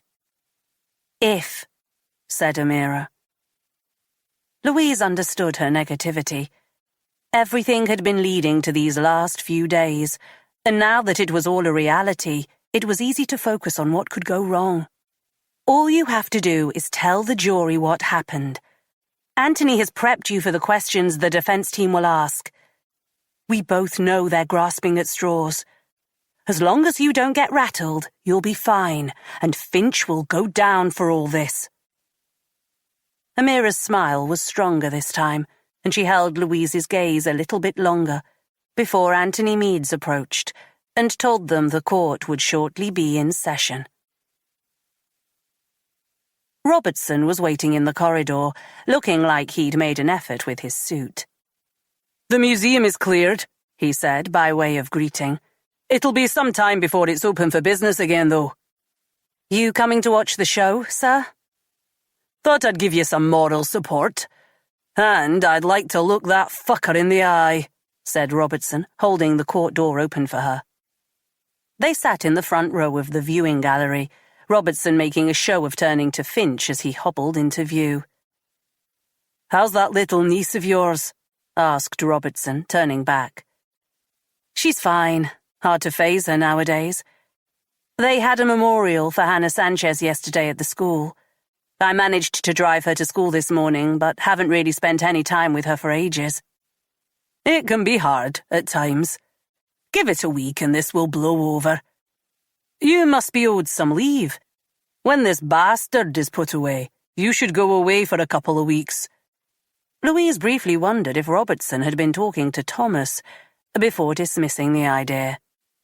It was a surprise that he was being so open with her, but she couldn't quite imagine him reaching out to talk to Thomas. "Sounds great in practice." "Sounds great in reality. You'll be better for it," said Robertson, as the clerk told them to stand. As the jury filtered in, Louise speculated how many of them had been reading Tanya's trash pieces about her over the last week. The journalist had managed to stay on the right side of what was permissible, shrewdly not going into too much detail about Finch's case. Everything she could get away with, she had, dragging Thomas through the mud about the incident in Thornbury, today's paper also leaking the story that he had been fired, questioning Louise's handling of the current attacks in Weston, and highlighting her role in Max Walton's death. Louise knew she was biased, but nothing Tanya wrote appeared to be balanced. Certain rules prevented her from going into too much detail about Finch's case, but she had barely mentioned his role in Max Walton's death and the subsequent fallout. That would probably all change when Finch was found guilty. But at present, it was as if Tanya wanted to see Finch go free. Amira held her shoulders up as she walked to the witness box. Louise had reminded her how strong she'd been on so many occasions. They had reached this position because of her determination, and Amira had only to access that resolve and she wouldn't have anything to worry about.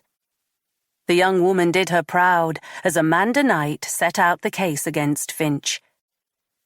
It was difficult hearing Amira's testimony, from the initial period when she'd first started seeing Finch, to the final moments in his house where she had been tied up and thought she was going to die. Louise stole looks at Finch as Amira detailed the last harrowing moments of that evening. When Louise had arrived and confronted Finch, their clash ending in Finch's broken leg. She could almost hear the sound of his bone breaking as Amira recounted the kick Louise had given to Finch. She stifled a smile at the memory. Amanda Knight sat down as Charles Boothroyd took centre stage. This would be the real test for Amira. Louise nodded in encouragement as Amira primed herself for the onslaught. Meads and Knight had already prepped Amira and Louise for everything Boothroyd could ask, but no amount of training could fully prepare a witness for the pressure of being cross-examined in front of a jury. Boothroyd continued in the same vein he had throughout the case, coming across as compassionate and understanding. He questioned Amira over her relationship with Finch, getting her to admit that she had been happy with him at one point, and also that she had agreed for him to take salacious pictures of her, omitting the part where Finch had later used the same pictures to blackmail her. Boothroyd was never forceful, giving Amira time to answer his questions. It was only when it came to the point when Amira had told the court that Finch had tried to force her to leave the police that the barrister's approach changed. It was a subtle shift in tone, his voice dropping ever so slightly as his questions became more urgent, his patience for Amira's responses wavering. "I put it to you that the reason you were asked to leave had nothing to do with your relationship with Mr. Finch," he said. "That's not true," said Amira. "The truth is, you were out of your depth in the workplace, reflected in the fact that you have subsequently left the police." "No." and that you were reeling from Mr. Finch breaking up your relationship, a relationship that you have just admitted you were very happy in. I was happy to begin with. By your admittance, you consented to the pictures Mr. Finch took of you. I didn't consent to, and when he ended your relationship, you felt humiliated and useless and decided to hatch a plan against Mr. Finch. Don't be ridiculous. Mr. Finch, in your own words, was a very popular man in the office, had a number of ex-relationships, and you decided to manipulate his former partner as a means of getting your own back at him. Amira stood with her mouth open, dumbfounded, and wasn't given the chance to answer. I put it to you that you approached Detective Louise Blackwell, and together you hatched a plan to force Mr. Finch from his position as DCI. And when things didn't work out for you, you took things a bit further. That's not the case. I put it to you, Ms. Hood, said Boothroyd, his voice now at full volume, that on the night in question, you and Louise Blackwell set out to attack Mr. Finch, and had the police not arrived in time, his broken leg would have been the least of his injuries. You were once suspended on a charge of unlawful use of physical force during an arrest. Is that not the case? Amira looked confused, muttering that she was cleared of the charge, as Amanda Knight shouted, "Objection!" "Sustained," said the judge. "But it is the case that D.I. Blackwell was responsible for the death of an unarmed civilian, is it not?" "Objection!" screamed Knight, but Louise could tell the doubt had already been placed in the jurors' minds. "Mr. Boothroyd, are we going to get to our point?" asked the judge. "Yes, Your Honour," said Boothroyd, milking every second for what it was worth, glancing at every gawping face on the jury before turning his attention back to Amira. "Is it not the case, Ms. Hood, that it isn't Mr. Finch who should be standing here accused of attempted murder, but you and D.I. Louise Blackwell?" Chapter 48. Farrell was not so egocentric that he couldn't admit he was out of his depth. He should never have involved Tracy, and, inadvertently, Sam, with his off-the-books surveillance. Especially now, through sheer fluke, that it appeared as though Thomas might be a suspect once more. Setting his friendship with Thomas aside, Farrell tried to make sense of the situation. It was feasible Thomas had been involved from the beginning, but why had Trent Wheatley sacked him only to deliver something to his house? Farrell didn't know for sure what had been posted through the door, but he doubted it was redundancy papers. He parked up and walked to the courthouse. He had to run things by Louise. She would be annoyed that they had conducted an unauthorized surveillance operation, but he needed to let her know what had happened with Thomas. Finch's case had resumed for the day by the time he arrived, and he sat at the back of the viewing gallery, Louise a few rows in front watching the former police officer, Amira Hood, give her testimony. The night Finch had cracked and nearly killed Amira had been a turning point for the whole department. Finch had recruited him directly from Weston, but Farrell's loyalty had always been with Louise. With Finch gone and the Weston team relocating, headquarters had become a completely different place in which to work. There was an optimism he hadn't noticed before, and it wasn't until Finch had been sent on remand that Farrell had truly understood the man's negative impact on everything he came in contact with. And with Perkins also in attendance, Farrell wondered how much of a role Finch had to play in these recent developments. Farrell realized he'd made a mistake when Finch's barrister began cross-examining Amira. It was clear he was trying to turn the tables on her and Louise, and the last thing he wanted to do was burden Louise with any more worries.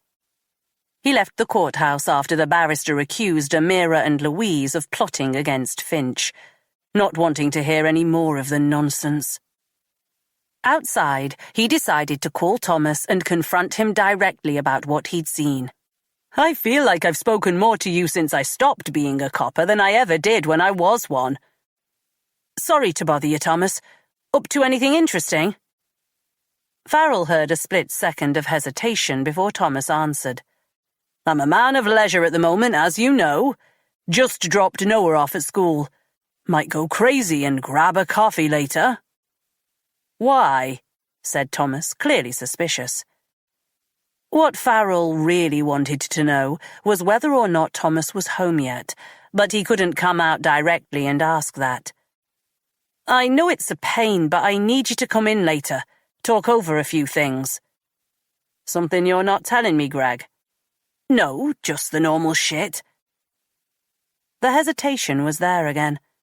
Farrell didn't know if it was because he was hiding something or if he was pissed off at the inconvenience.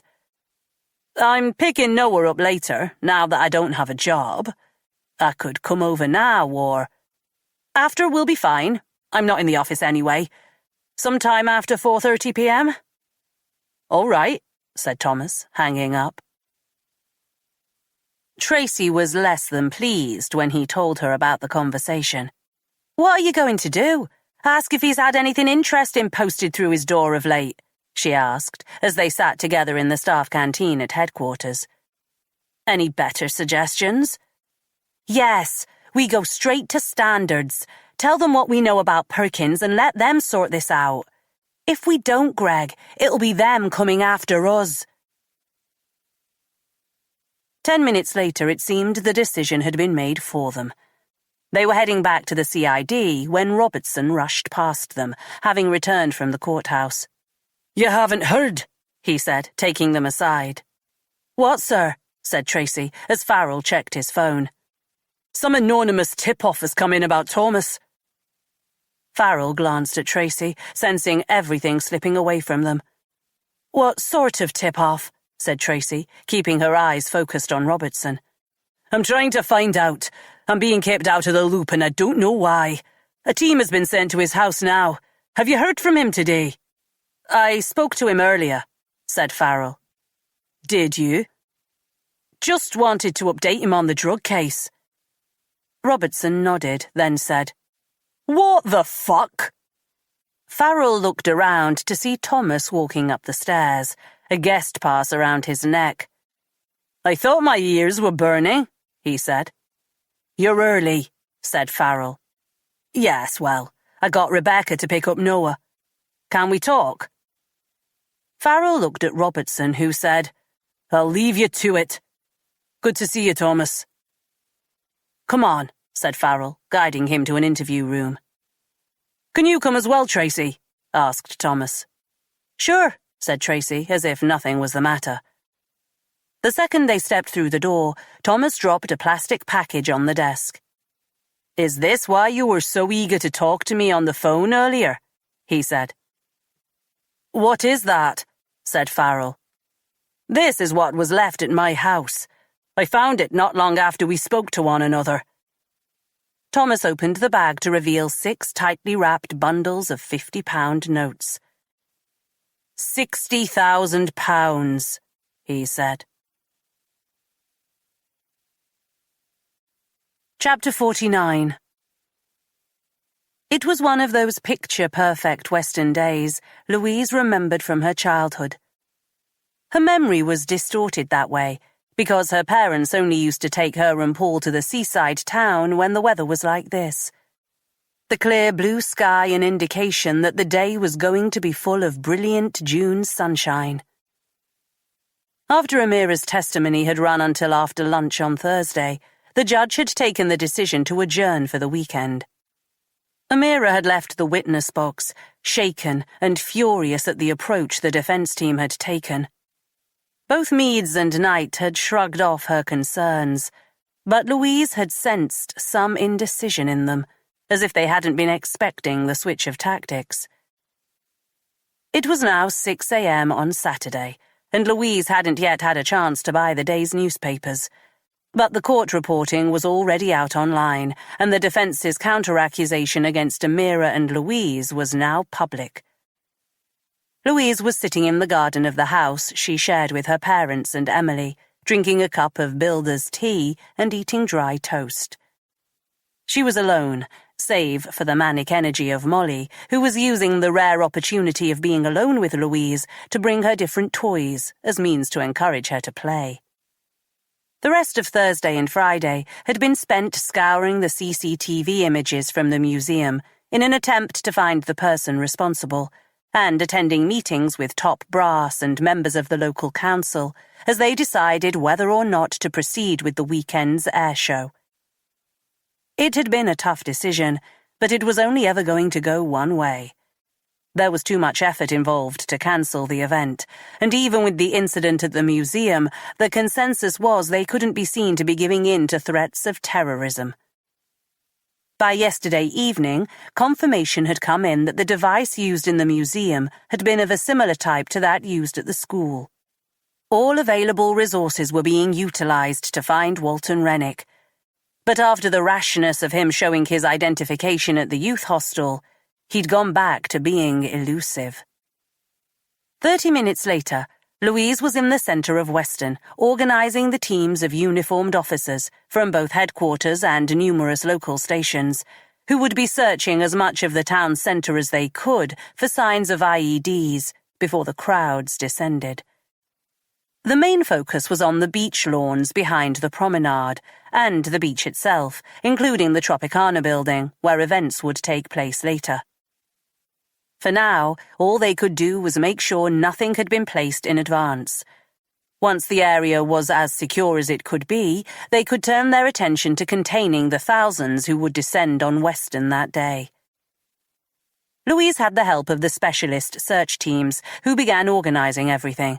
Sniffer dogs had been brought in, and 2 helicopters were sweeping the area and would remain a constant presence over the weekend. It wasn't long before the crowds started rolling in. The air show brought tourists from all over the country, and with the promise of good weather for the weekend, many had arrived early in the week. People were already out making the most of the sunshine. The beaches were busy, the outdoor cafes and bars doing a roaring trade as anticipation built. Despite the obvious police presence and the explosion at the museum, everyone seemed oblivious to the potential threat. Louise had never ceased to be amazed at the extent to which certain parts of the population could put their own enjoyment ahead of other concerns. But now it was as if everyone was oblivious. Families walked hand in hand along the promenade, groups of teenagers played cricket on the sand, and younger adults gathered in the beer gardens on the front, drinking as if it was early evening and not just before lunch. Louise made her way to the beach next to the old aquarium, which was now a restaurant, where the first event was due to be held. She was on constant alert, looking out not only for Walton Rennick, but for signs of anything suspicious. The metal pylons beneath the old aquarium had been checked, and uniformed police were positioned there. Bag searches were being conducted as people entered the beach, and Louise was sure everything had been covered. But still it was a difficult hour watching the event. It was hard not to expect an explosion to ring out at any second, and Louise felt every muscle in her body tense as a car backfired while she was crossing the road. It was going to be a long weekend, and the first airplane had yet to take to the sky. That happened 40 minutes later, and one by one a number of vintage aircraft passed over the seafront. As the first plane flew overhead, its engine a low growl, it became apparent that the air show was the perfect distraction.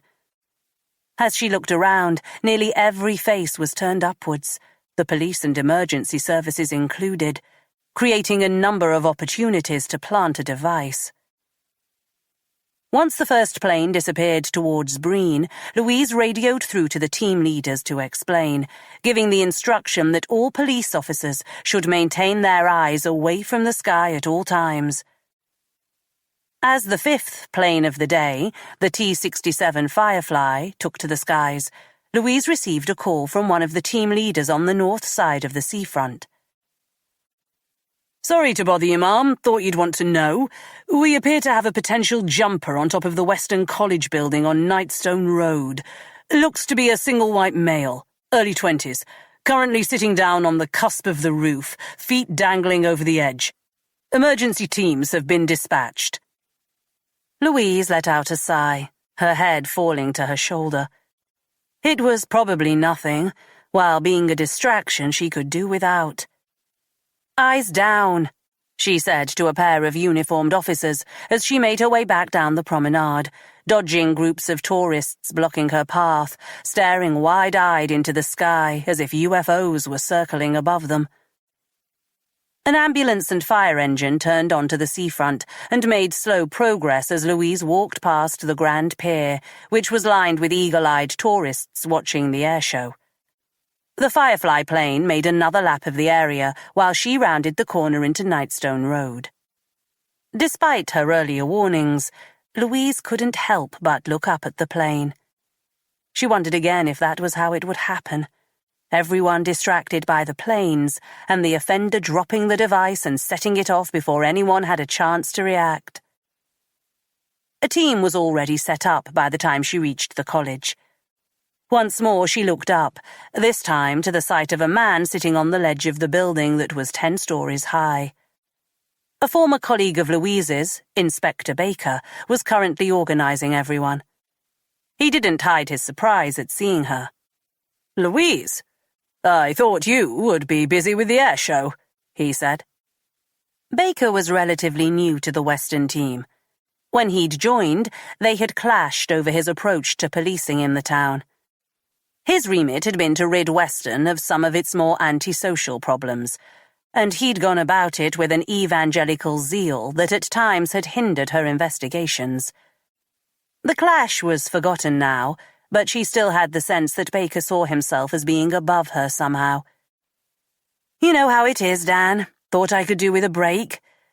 Do we have a name for him yet?" Baker scowled as if disappointed by her comment. "We have someone on the way to the roof now," he said, handing her a pair of binoculars. Louise took the binoculars and held them to the roof, blinking as she accidentally caught the glare of the sun. Adjusting, she alighted on the figure and played with the zoom until she could make out the man's face. "Dan, you may want to hold back on sending anyone up there," she said, handing the binoculars back as she accessed a photo on her phone. "Why?" said Baker. Louise showed him the photo.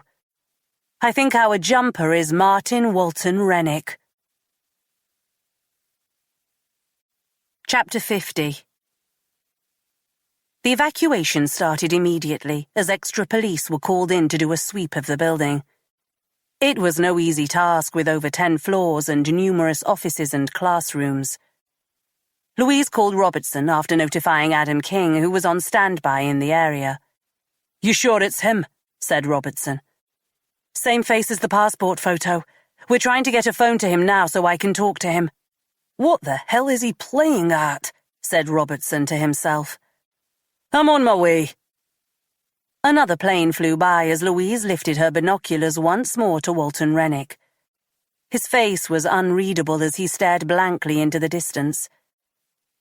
Thankfully, it was a Saturday, and the building only had a skeleton staff working, with a few students using the library and IT facilities.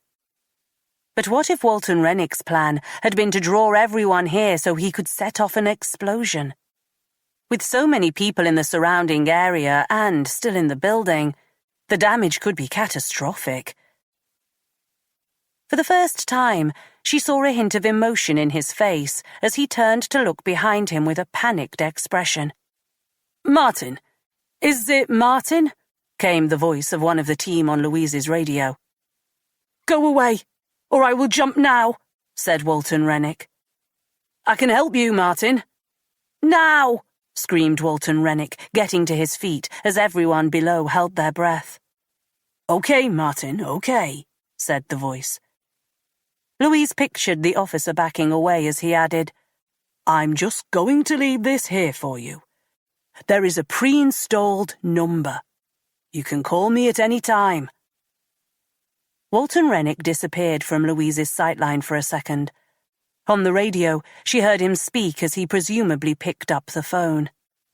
"Blackwell," he said.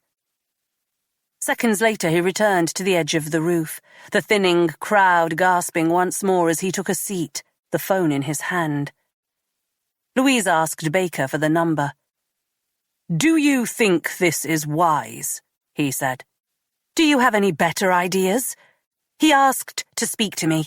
He's sitting on the edge of the building, and he's more than likely responsible for a number of recent explosions in the area. This is connected to me, you know that. He's Max Walton's son, for Christ's sake." Louise was surprised to find herself shaking with rage. "I killed his father, Dan," she said through gritted teeth. "You want to tell him no?" Baker shot her a reluctant look before giving her the number. She didn't waste any time, connecting her phone to her earpiece so she could continue watching Walton Rennick through the binoculars. Walton Rennick stared at the phone in his hand, as if confused by its being there. "Yes," he said, answering. Listening in on the radio and hearing his demand to speak to her, Louise had thought he'd sounded in control and sure of himself, but her opinion changed the second he answered. He sounded distant and confused, and her first thought was that he was on something. "Martin, this is D.I. Louise Blackwell. You can call me Louise." "Louise," said Walton Rennick, slowly, as if testing the name. "Martin, I'm here to help you. We're really worried about you. Would it be possible to step away from the edge of the building?" Louise saw Walton Rennick smile as another plane flew by, the illusion created by the binoculars making it appear as if the man could reach out and touch the plane. "I like it up here," he said. "Where have all the planes come from?" Walton Rennick's slurred speech and slow responses were enough to convince her that he had taken some sort of drug. He was gazing into the sky and didn't appear to know what was going on. In one way, that could be a positive if it meant he would be too incapacitated to take any further action. But if he'd already set up an IED in the college, then all it could take was the running down of a timer or a call from another mobile phone to set it off. And considering he was sitting at the top of a lethal drop, it appeared he didn't care too much at this point about his own life. "It's the air show this weekend, Martin. Remember? Why don't you come down now?" "You killed my dad," said Walton Rennick, still staring out at the procession of 3 Spitfire planes.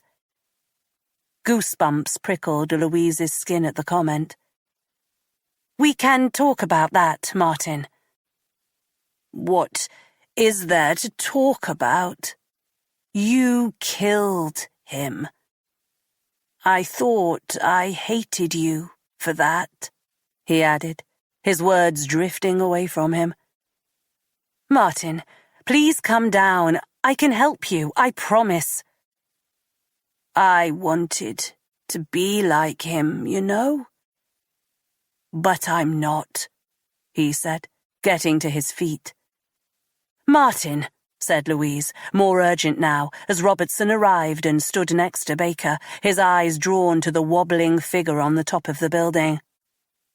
"I'm not like any of them," said Walton Rennick, stepping off the roof and falling, in what looked like slow motion, to the ground. Chapter 51. The majority of the bystanders had already left the scene before Martin took his walk over the edge.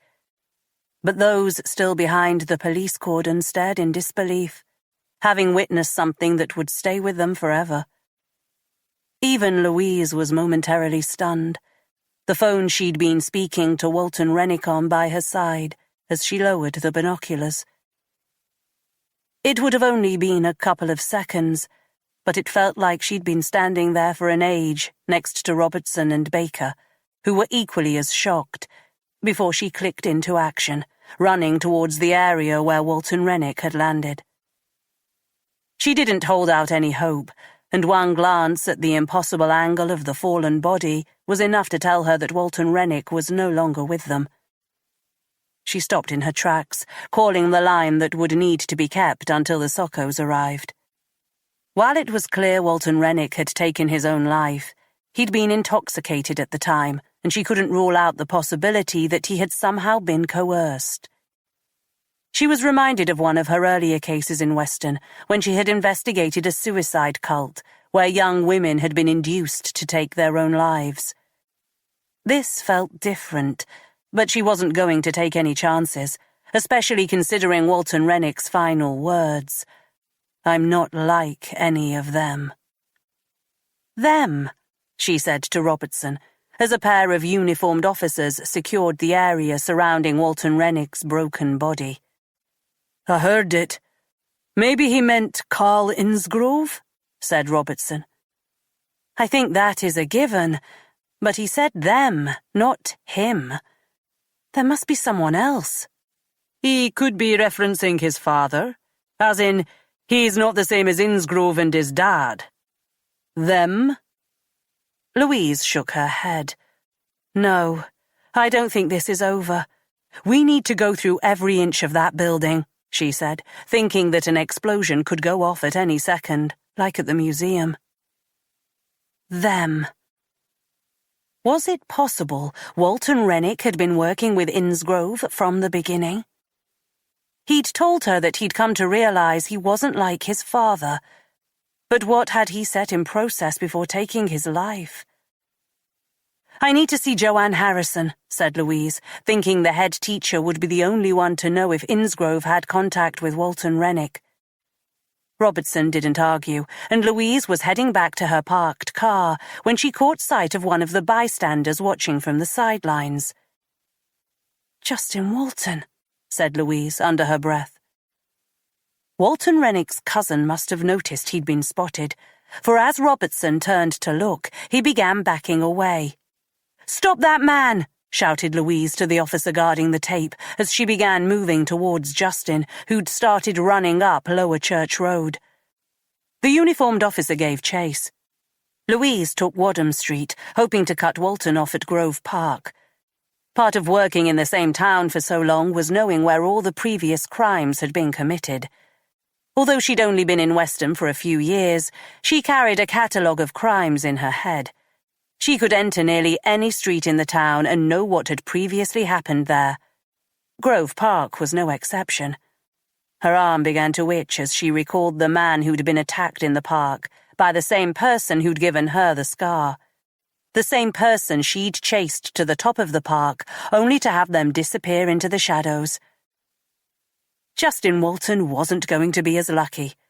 His head was turned, searching for the uniformed officer who'd been chasing him, and he didn't see Louise coming. He'd only reached the bandstand when Louise caught up with him. As another Spitfire passed by low ahead, distracting Walton further, she didn't waste any time, launching herself at the man. Walton was winded by the attack, but Louise wasn't taking any chances. As the uniformed officer caught up, Louise turned Walton onto his side. She cuffed him and read him his rights before asking, "Now, Justin, would you like to tell me what the hell is going on?" Chapter 52. They should have been in Weston helping Louise and the others with the bomb threat, but instead they were camped outside Oblong Distribution's headquarters in Bristol, going through last-minute preparations. Farrell could see everyone was on edge, and he was doing his best to manage the situation. After Thomas had come into the station and dumped the £60,000 on the desk, Farrell had been forced to get Robertson involved. Telling the DCI what had been happening over the last few days had been one of the hardest things he'd ever done, and it had been compounded by having Tracy in the office with him.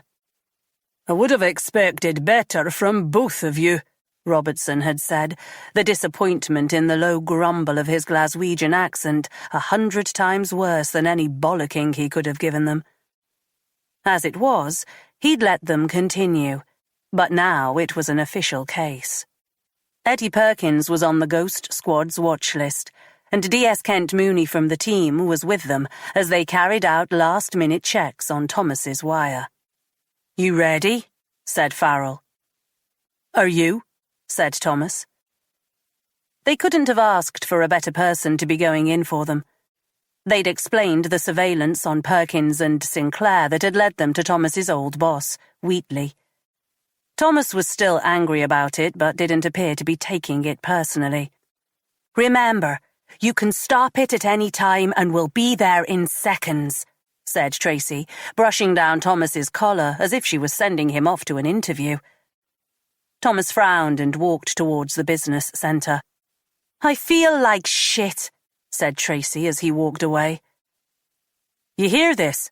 said Thomas, testing the one-way wire, the decision not to let Thomas have an earpiece a safety precaution. "It's not great, but what else could we have done? We had no way of knowing Thomas would get this involved," said Farrell. "Louise doesn't even know." "She has enough to deal with at the moment." "That's hardly the point, Greg, is it?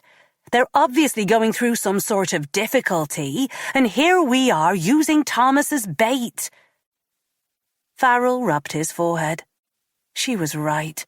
He'd got carried away with the operation and was now risking his friendship with Thomas and his professional relationship with Louise, and by the looks of it, with Tracy as well. "Oh, hi, Tom," came a female voice, caught on the small transmitter under Thomas's collar. "Hi, Jane. Is he in?" I'll check." "No need," said Thomas. A few beats passed as he must have made his way to Wheatley's office. "Tom, good to see you. What brings you here on a Saturday?" "Cut the shit, Trent." "Jane, could you get security in here?" said Wheatley. "Do that and I go straight to the police." "The police, Tom? I think maybe you should be looking for your job back, don't you?" "Balls on this guy," said Tracy. "If anyone comes in here, I'm going to the police about the £60,000 you left for me at my house." There was a pause. Farrell would have loved to see Wheatley's reaction. "I don't know what the hell you're talking about." "I have security cameras at my house, you dipshit," said Thomas. This time, Farrell could picture the scene as Wheatley began to panic. "Not to worry, Jane. Look, I don't know what to say. I felt bad the way things had been left with us, and I wanted to give you a little something." "Oh, fuck off, Trent. Stop wasting my time. Why did you do it? Is there some sort of evidence on the money? Something linking me to more drugs? Who put you up to it?" "I don't—" "Stop," said Thomas. "The police are after me. They know about the money. Now, you need to tell me who is trying to set me up and why." "No one is trying to set you up. They wanted to buy your silence, eliminate you so you couldn't cause any trouble. I'm sorry, Tom. I'm over my head here." "Why did you hire me when all this shit was going on?" "That's the thing. I didn't know anything about it.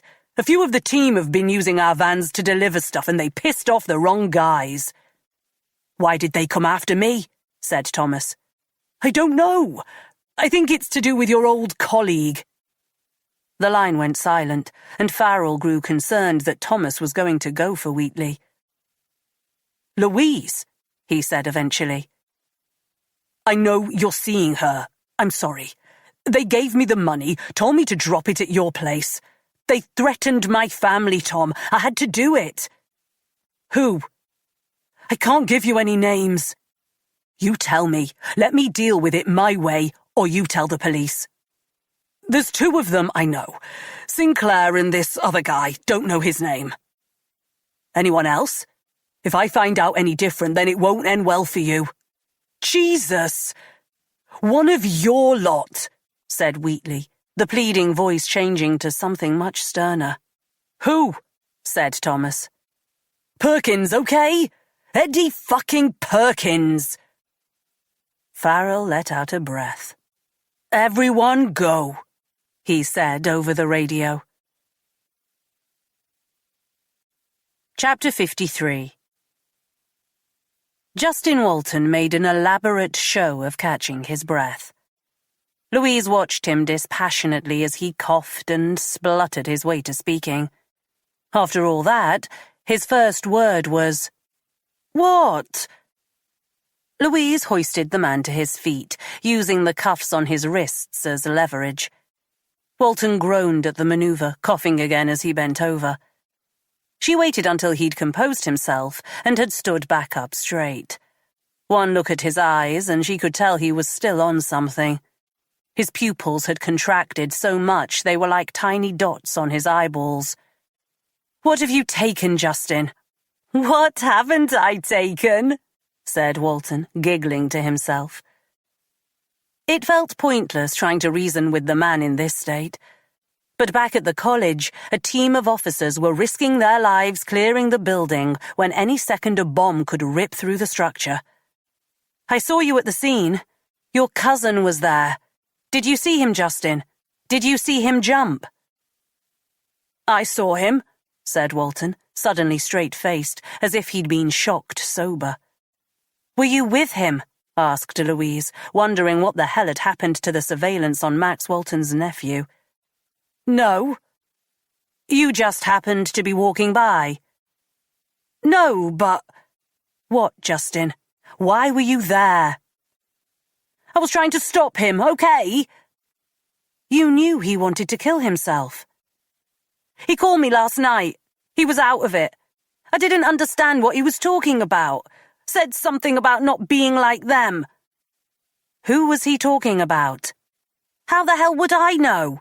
Listen, I don't even know the lad. We were friends on Facebook before he turned up here. I said I'd meet up with him when he came to the UK and gave him my phone number.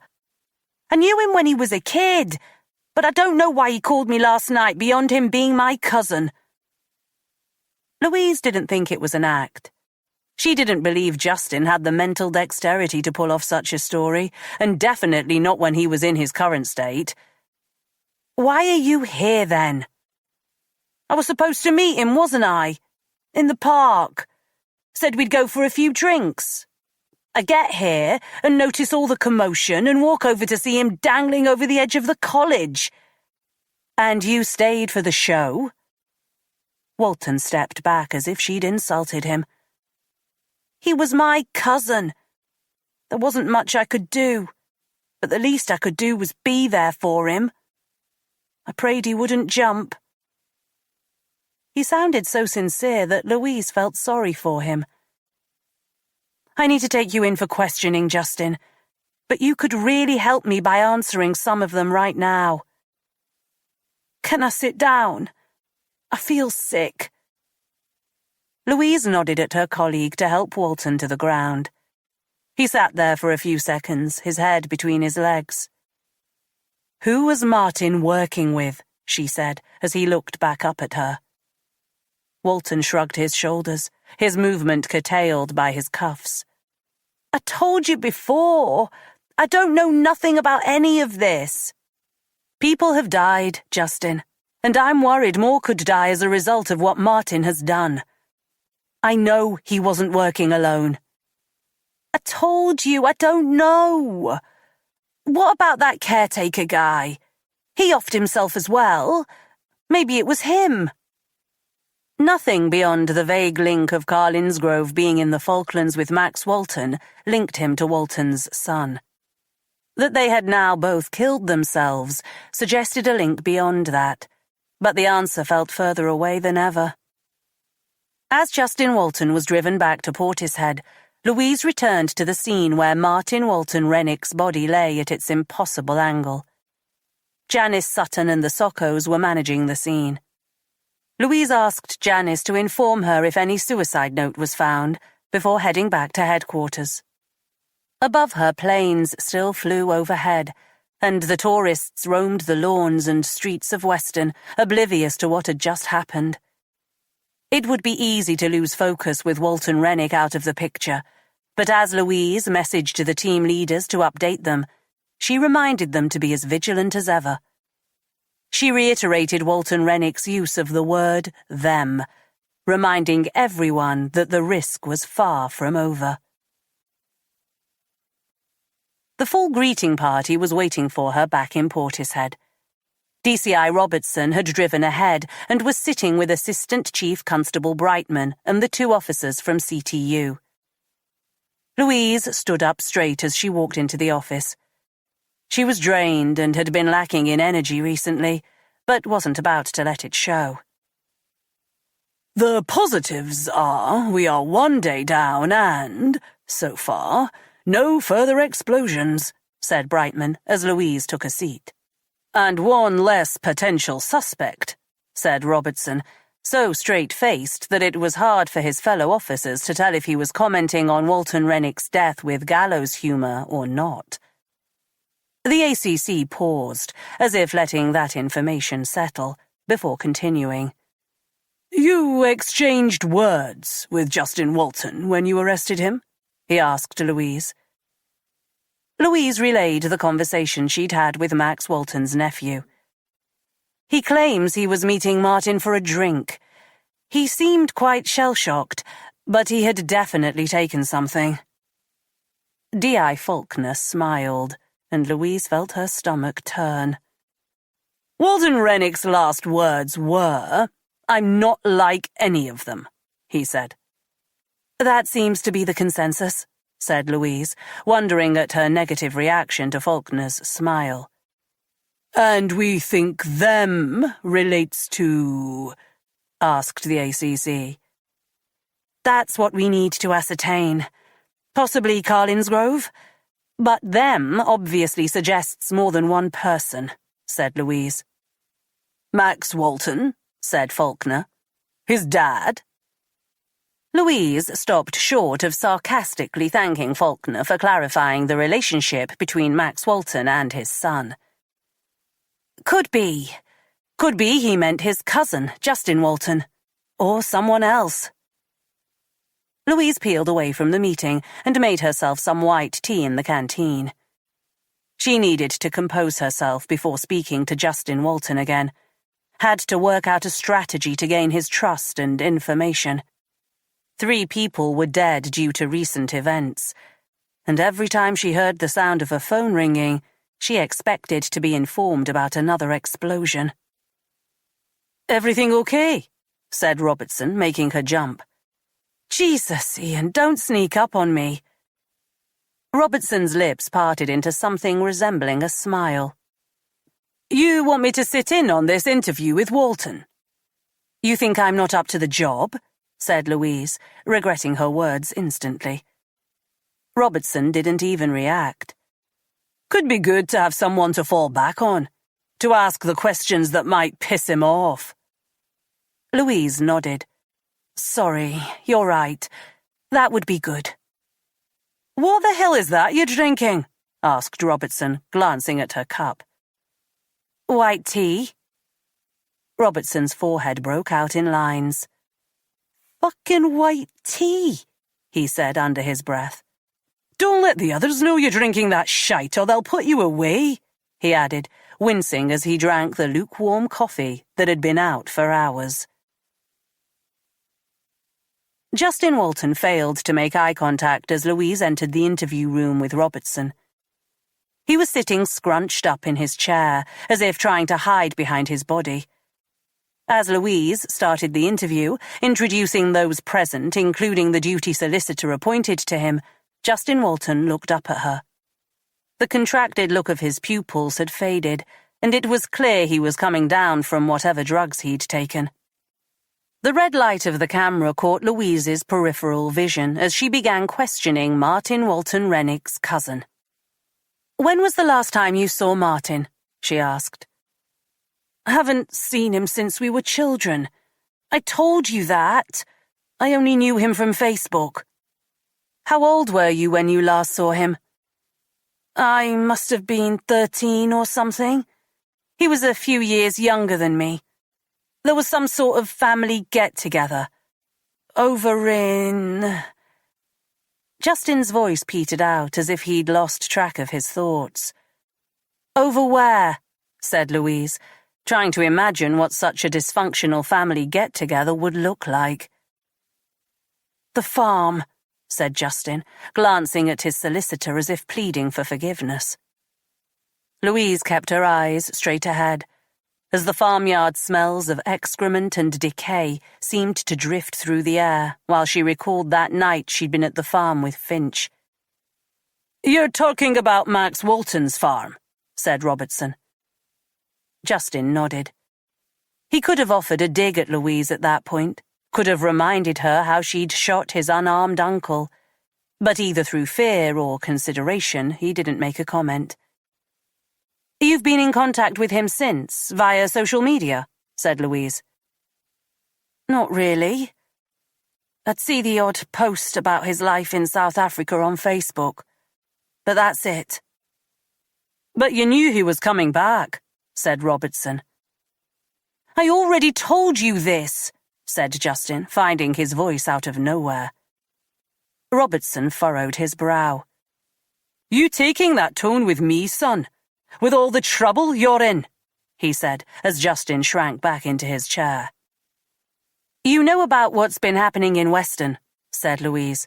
"The explosion and fire." "You question me after every incident, so of course I do." "Why do you think Martin would have been involved in that?" "You have to ask him, won't you?" "Let me remind you, Mr. Walton, 3 people are dead, one of whom was murdered, and you are currently our #1 living suspect," said Robertson. "What?" said Justin, the sound coming out as a high-pitched squeal, as it dawned on him how much trouble he was in.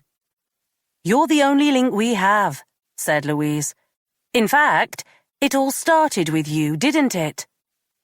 "What do you mean?"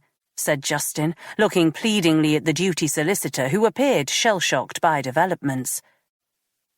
"Nearly 2 weeks ago, I find out you're planning a civil case against me on behalf of the Walton family. Not long after, we're receiving bomb threats demanding I leave my position as detective inspector." "Going to be difficult to explain that one away," said Robertson. "Especially with your little cousin dead." "Fuck off," said Justin, before adding, Sorry. Listen, I admit the court case idea may have come from Martin. He sent me all the details about how to proceed before he arrived. I didn't really know what I was doing." "He emailed you?" "Facebook Messenger."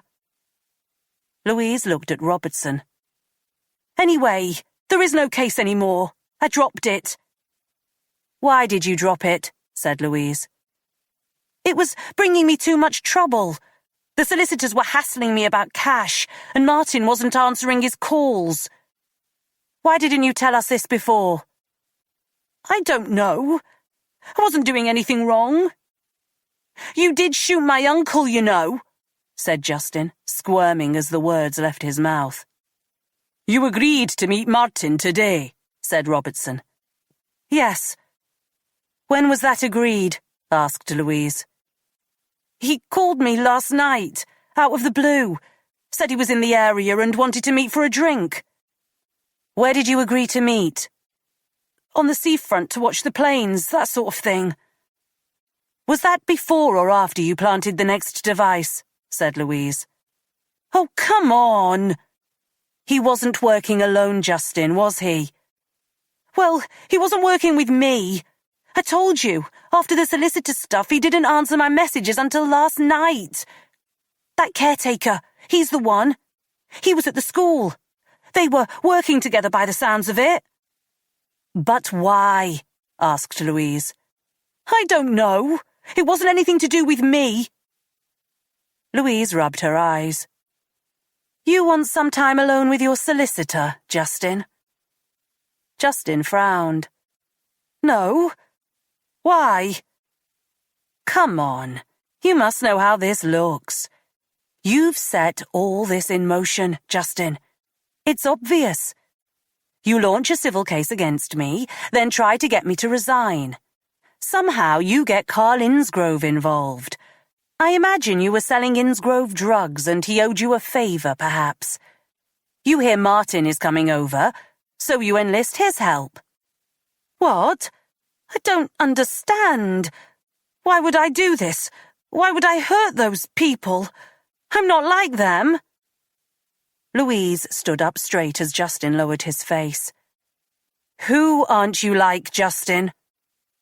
Whoever has done all this. Martin, and that caretaker bloke. I don't think that was what you meant, son, was it? Said Robertson. Justin raised his head. His eyes were blood red, pricked with tears. I'm not like Uncle Max. That was what I meant. You said them, said Louise. You think Max was the only one? He was fucking depraved, man. They all were. What are you trying to tell us, Justin? Are there members of your family who were involved with Max Walton and his killings? Family? Probably. I don't know. You know the shit he was into? It wasn't just the killings. They were into some horrible stuff.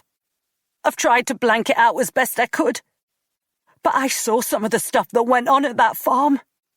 I'm not like that, said Justin, breaking down. I think it would be a good time to end it there, said Justin's solicitor. Justin had been right about Max Walton's crimes not being limited to the numerous murders he'd been held accountable for. Tens of people had disappeared over the years within a short radius of the Walton farm, and one of Louise's enduring regrets over Walton's untimely death was the fact that they had never been able to fully question him over the missing persons cases. Rumours had persisted over the years about strange practices at the farm. The place had been derelict for a long time before Walton's death, and although bodies had subsequently been found on the Walton farm, the investigation into Max Walton's crimes had suffered from a lack of people being willing to speak against him. Louise had long suspected that Walton hadn't worked alone, but after his death, she had never been allowed to progress further on any investigation into him. Did Max do something to you? Asked Louise, ignoring the solicitor. Justin shook his head as tears streamed from his eyes. No, he said, as if trying to convince himself. Who else was involved? Said Louise, softening her tone, understanding now what might have led the young man to the life he lived. I don't know, said Justin, breaking down to such an extent that his solicitor finally insisted that the interview come to a halt. Chapter 54. Louise returned to the incident room, convinced she still had unfinished business with Justin Walton. They had been on the brink of a revelation, and if it hadn't been for his duty solicitor finally finding her voice, Justin would have cracked. Good job, Louise, said Brightman, just on the right side of patronizing. Not good enough. He knows more than he's letting on. Let me speak to his solicitor, said the assistant chief, standing. There were other suspects during your investigation into Max Walton? Asked DCI Hartson, speaking directly to Louise for the first time that evening. Walton was always our prime suspect, but there had been reports of other things going on in that family for years. Social have files on them inches thick. Reports of abuse a mile long, but nothing had ever stuck beyond a couple of distant cousins being put away in the 80s for their part in a paedophile ring. But did you ever get a feeling that Max Walton was working with someone else? Maybe his wife was involved?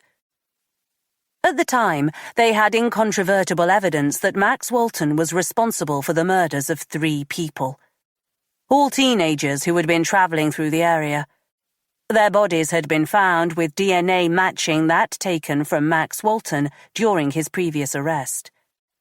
All their energies had been focused on Walton, and a potential accomplice had been low down on the list of concerns. The mother wasn't involved, at least not directly. She knew what Walton was like. We got that much from the interviews. Tried to leave on a number of occasions after Martin was born, but Walton kept dragging her back. It was only when he was forced to go on the run that she managed to escape him for good. "And after his death?" said Faulkner. Louise glanced at Robertson. She understood the question. There had been an inquiry, then an ongoing investigation after she'd shot Walton. More bodies had been found at the Walton farm, deaths attributed to Walton, but as far as she was aware, no accomplice had ever been uncovered. "I'm afraid I wasn't allowed access to any subsequent investigation into Max Walton, as I'm sure you're aware," she said to the 2 CTU detectives. "So who was?" said Hartson.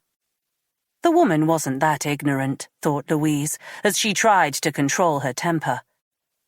"The disgraced former DCI Timothy Finch," said Robertson, "and we'll be getting shit all out of him any time soon." "I could speak to him if it would help," said Faulkner, his smile on overload. "No, son, that's not going to happen during his trial. If he does have anything to share, then it'll come at a price that's too high." The ACC returned. "Justin Walton is with medical. They have recommended we leave it until the morning until speaking to him again." "You're kidding me," said Louise. "It's frustrating, but that's the way it is. I suggest we all get some rest and come back here at first light," said the ACC, leaving before there were any time for objections. Louise waited until the 2 CTU officers had left before speaking to Robertson. "I'll have another crack at Carlins Grove's support group in the morning, as well as Mrs. Harrison. I'll need to speak to Justin first thing, though, Ian," she added, leaving no doubt what she expected of him. "I'll sort it. Now, get out of here," said Robertson. She was in the car park when her phone began ringing. "Shit," she said, looking down at the name Glyn Reinhardt, the journalist from the Times. She was about to answer when someone called her name. "Hey, what are you doing here?" she said, turning to see Thomas leaving his car. "You going to get that?" said Thomas with a smile, pointing to her ringing phone. Louise glanced at the phone. "No, that can wait. Fancy a drink?" They drove to a late-night bar off Park Street in Bristol. Louise felt nervous and tired as Thomas ordered them both soft drinks. It was like a first date all over again, and Thomas couldn't hide his concern. "Nice and public," he said, half smiling. "Is that in case I throw a wobbly?" One of the things she'd always liked about him was the knack he had for diffusing a situation with ease. "I don't think I've ever seen you throw a wobbly." "It's not a pleasant sight, believe me." Louise chuckled. "I've been a bit distracted of late." Thomas shrugged. "That's understandable. You've had so much on, and I imagine you were warned to steer clear of me?" "Well, not completely." Thomas scratched behind his ear, something Louise had learned he did when nervous. "Was it my suggestion that we get the kids together?" he asked, turning his attention to the label on his bottle. "It took me by surprise, but it shouldn't have. Did you notice?" "Sometimes you are mysterious, D.I. Blackwell. Sometimes you're an open book." "Sorry, I shouldn't have reacted that way. In truth, it's something we should have done before." "You don't need to apologize. I can rush into things sometimes. And I can be a bit too hesitant.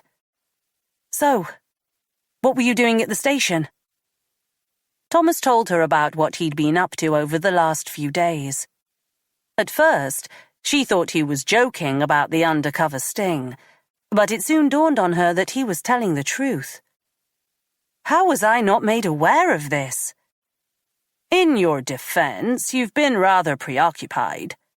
"In my defense?" Thomas laughed. "Just go easy on Tracy and Greg. I asked them not to get you involved." Louise pretended to pout. "Fine," she said. "Let's get back. Luckily for those two, it's a bit late in the evening for a reprimand. You going to stay at mine?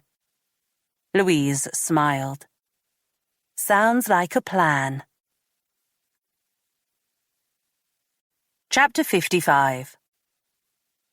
Louise woke alone, taking a few seconds to acclimatize herself to her surroundings. Light peeked through the curtains of Thomas's bedroom.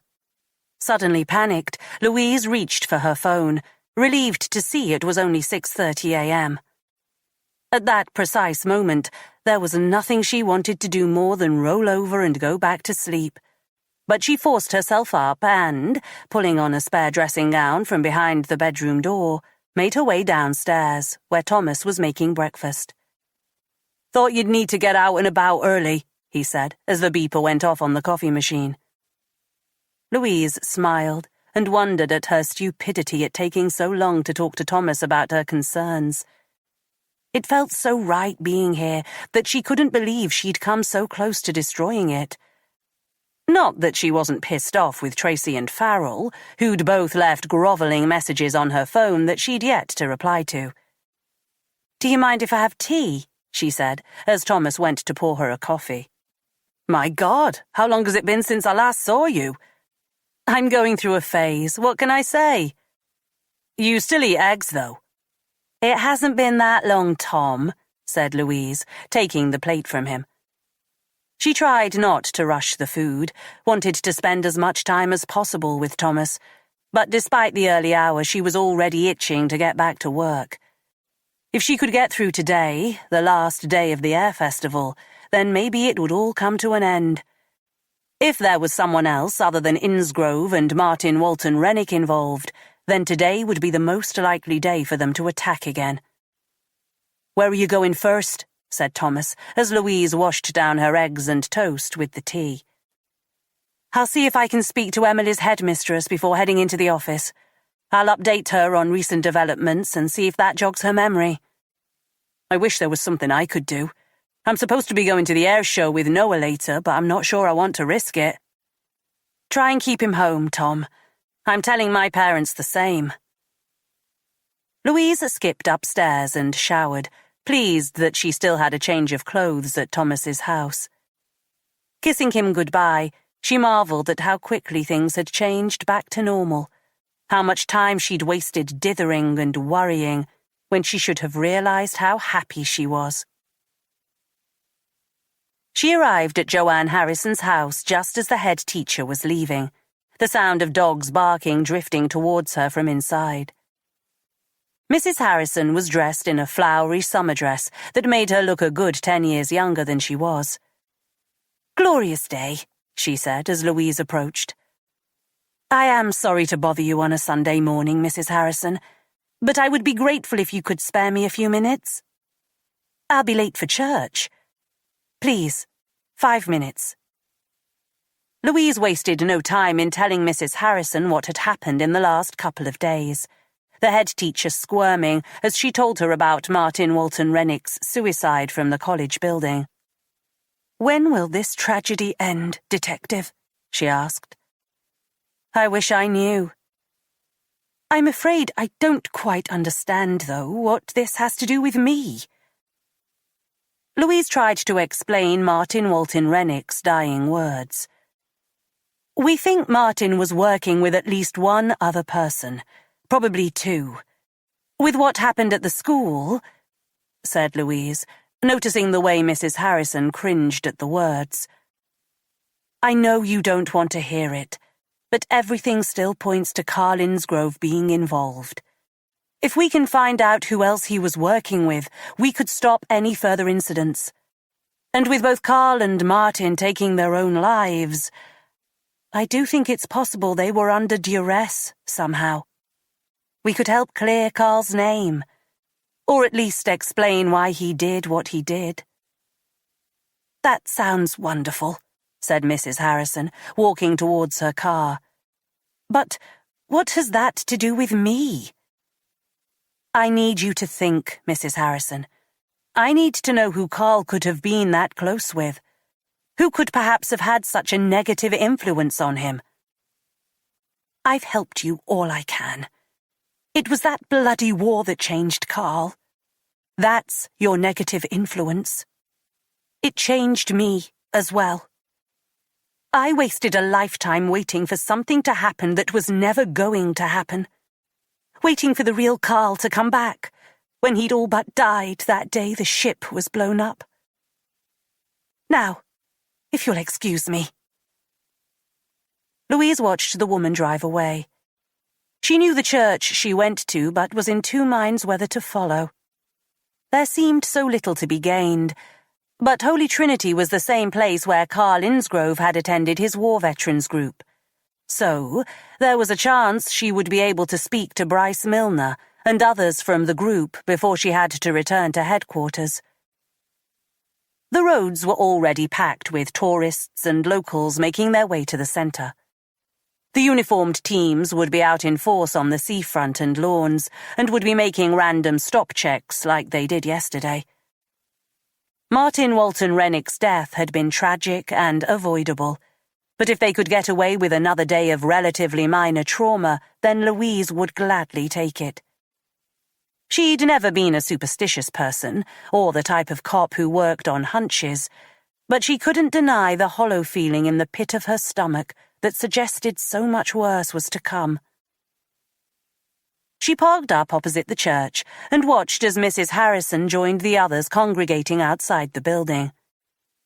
Emily's school was non-denominational and wasn't affiliated to any church, but did have close links to Holy Trinity and had held a Christmas carol concert there last year.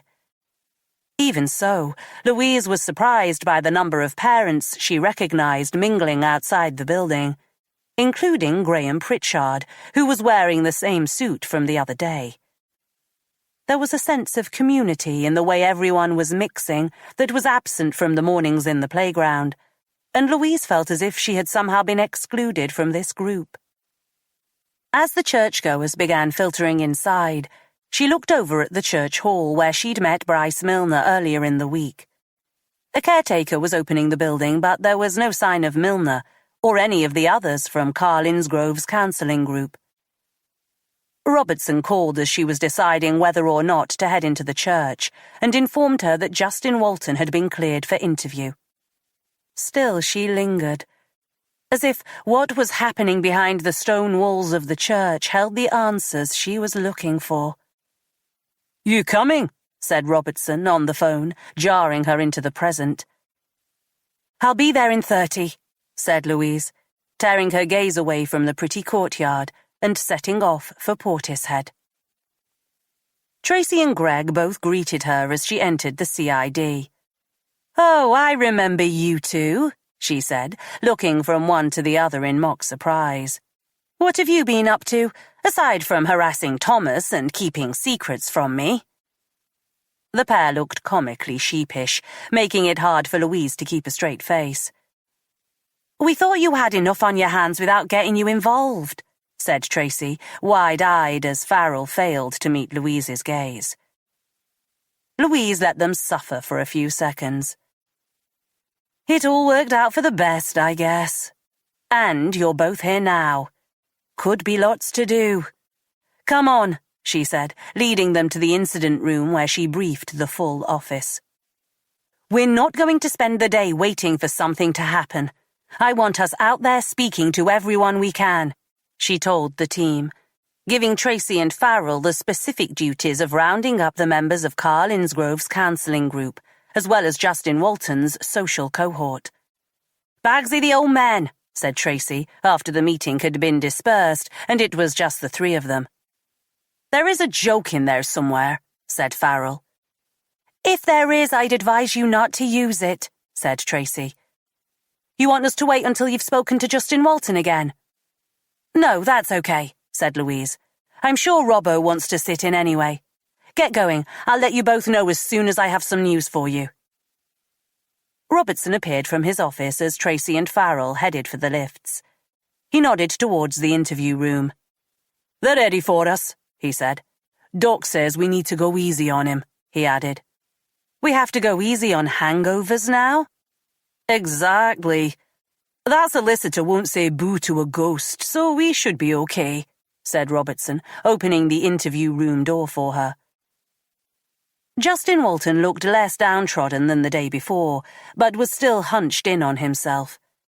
His eyes appeared more alert as they looked briefly up at Louise before returning to stare at something invisible on the ground. "Good morning, Justin. I hope you're feeling more with us today," said Louise, starting the interview and introducing those present, before adding, "I hope you've also had some more time to think." Justin shrugged, and Louise felt a tightness in her spine. "You know we've been receiving threats all week. I say we, but those threats have been centered directly on me. Someone wants me out of a job, or at least they're using that as an excuse to commit some terrible crimes. I think Carlinsgrove and Martin had a part to play in this, but I don't think you did. Do you understand me, Justin?"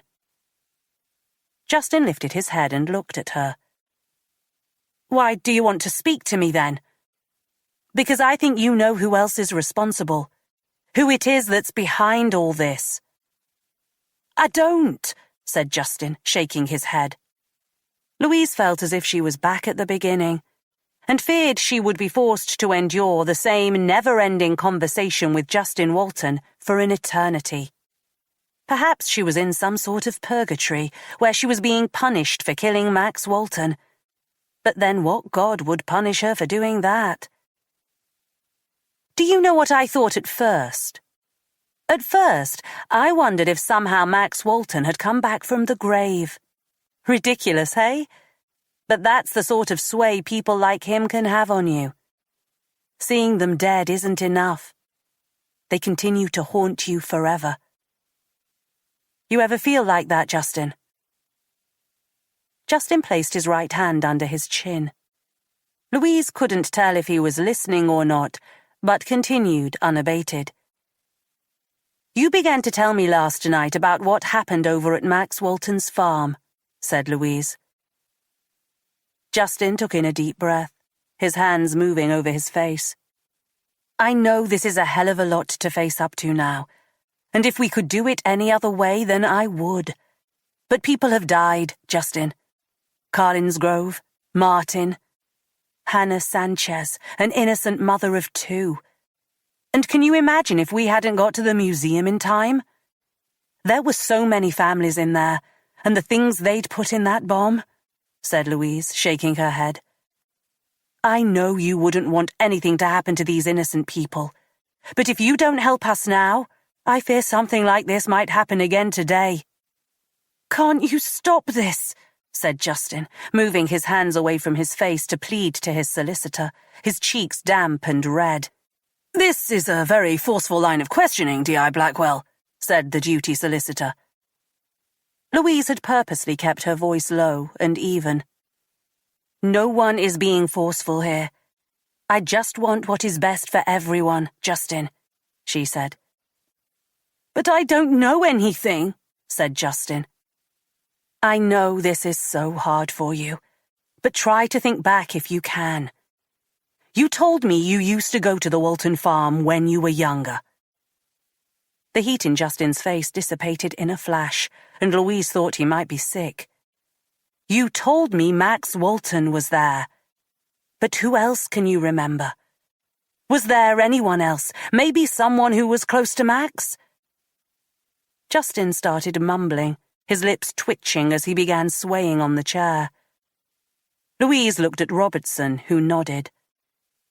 "I am so sorry, Justin. You have my word. I will protect you and put away whoever was responsible. Just tell me his name." "I don't know his name," said Justin, his mouth trembling as if he was having a seizure. "Can you remember anything about him? Anything about the way he looked or spoke?" Justin stopped moving. "He had an accent. I remember that. I didn't know what it was at the time, but now I guess it was Welsh." Louise took a sharp intake of breath. Taking out her phone, she searched for an image as her mind started making connections. "Is it this man?" she said, showing Justin an image of Bryce Milner from the 80s.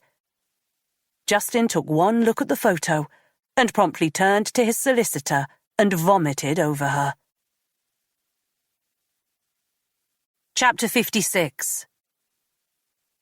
Robertson grabbed a set of keys for a patrol car, and within minutes they were hurtling through the village towards the M5.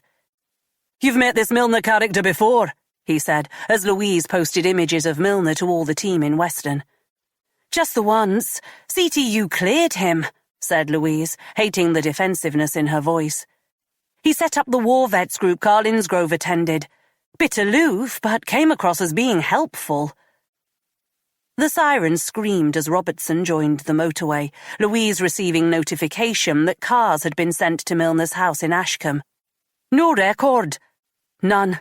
Counter-terrorism noted some misdemeanors during his time in the army, but nothing suggesting any involvement with Max Walton." "And his name never came up during your investigation into Walton." "Jesus, what is this, Ian? Of course it didn't." "Sorry," said Robertson, his eyes focused on the traffic giving way for him. "Milner's in his 70s now. He would have needed help if he is responsible." "Looks like he got that with Innsgrove and Walton Rennick." "Let's hope it was just them." They'd reached the junction to Weston when notification came in that Milner wasn't at his house. Robertson agreed that they had enough justification to warrant entry into the property, and Louise gave the orders. "Get everyone available onto the seafront. If he's got something planned for today, then he might go and watch his handiwork." "Let's go to the church first, where they have their meetings," said Louise. "You were there this morning?" "Yes. I didn't see him, but he could have been there. They had some sort of afternoon fete planned to watch the planes. Could be he's made his way there." She called Adam King as Robertson sped through the back streets. "I'll head towards the church as well," said King, "in case that's his target." Robertson turned off the siren when they were a few streets away, not wanting to announce their arrival. The same crowd from the morning were now gathered in the courtyard, where tables and stalls had been erected, with food and games for the children. Louise briefly wondered why Emily and her family hadn't been invited to the gathering, as she received glances from a number of parents from Emily's class. "Louise, how are you?" said Graham, his face soon losing its smile as Louise dismissed his greeting with, "Have you seen Mrs. Harrison?" "I think she's in the church hall," said Graham, crestfallen as he looked from Louise to Robertson. Louise felt momentarily dizzy as she walked across the courtyard. The temperature must have been in the high 20s, and she hadn't had anything to eat or drink since breakfast that morning with Thomas.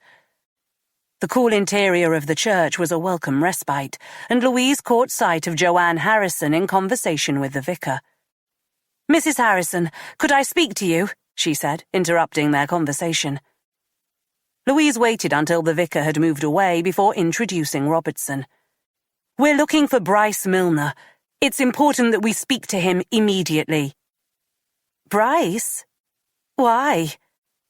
"Was he at the church service this morning?" "No, I haven't seen him all day." "Does he usually attend these events?" "I would have expected to see him, yes, but his health is not great at the moment. That's why I'm not surprised he isn't here. Anyway, what is this about?" Robertson cursed, a number of heads turning in his direction. "Can you think where he can be, Mrs. Harrison? I can't stress how important it is we see him," he said. "You've tried his home?" "Yes," said Robertson, his patience clearly at breaking point. Mrs. Harrison shrugged. "Oh," she said, inspiration striking. "You could try his allotment. I know he loves spending time there." "His allotment?" "Yes, on Bath Street. You could probably walk it." Robertson called for backup as they ran towards the allotments. The heat was oppressive, Louise's throat dry as she made the short journey through the back streets. The smell of cut grass hung in the air as they headed towards the gate. A battered wooden sign displayed a map of the small allotments. It was clear it hadn't been updated in ages, and none of the names were visible.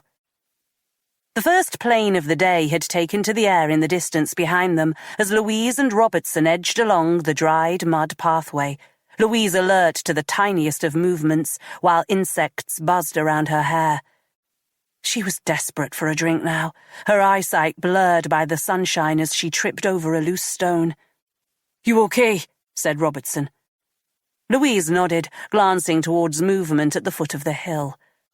She couldn't quite make out the person moving behind the overgrown vines blocking the entrance. They crept down the hill, Robertson grabbing the rusted gate and creaking it open as Louise stepped through. Bryce Milner was digging next to a patch of vegetables 50 yards from where they stood. He was bent over, his foot resting on the long-handled shovel in his hand as Louise took a step nearer, Robertson following close behind.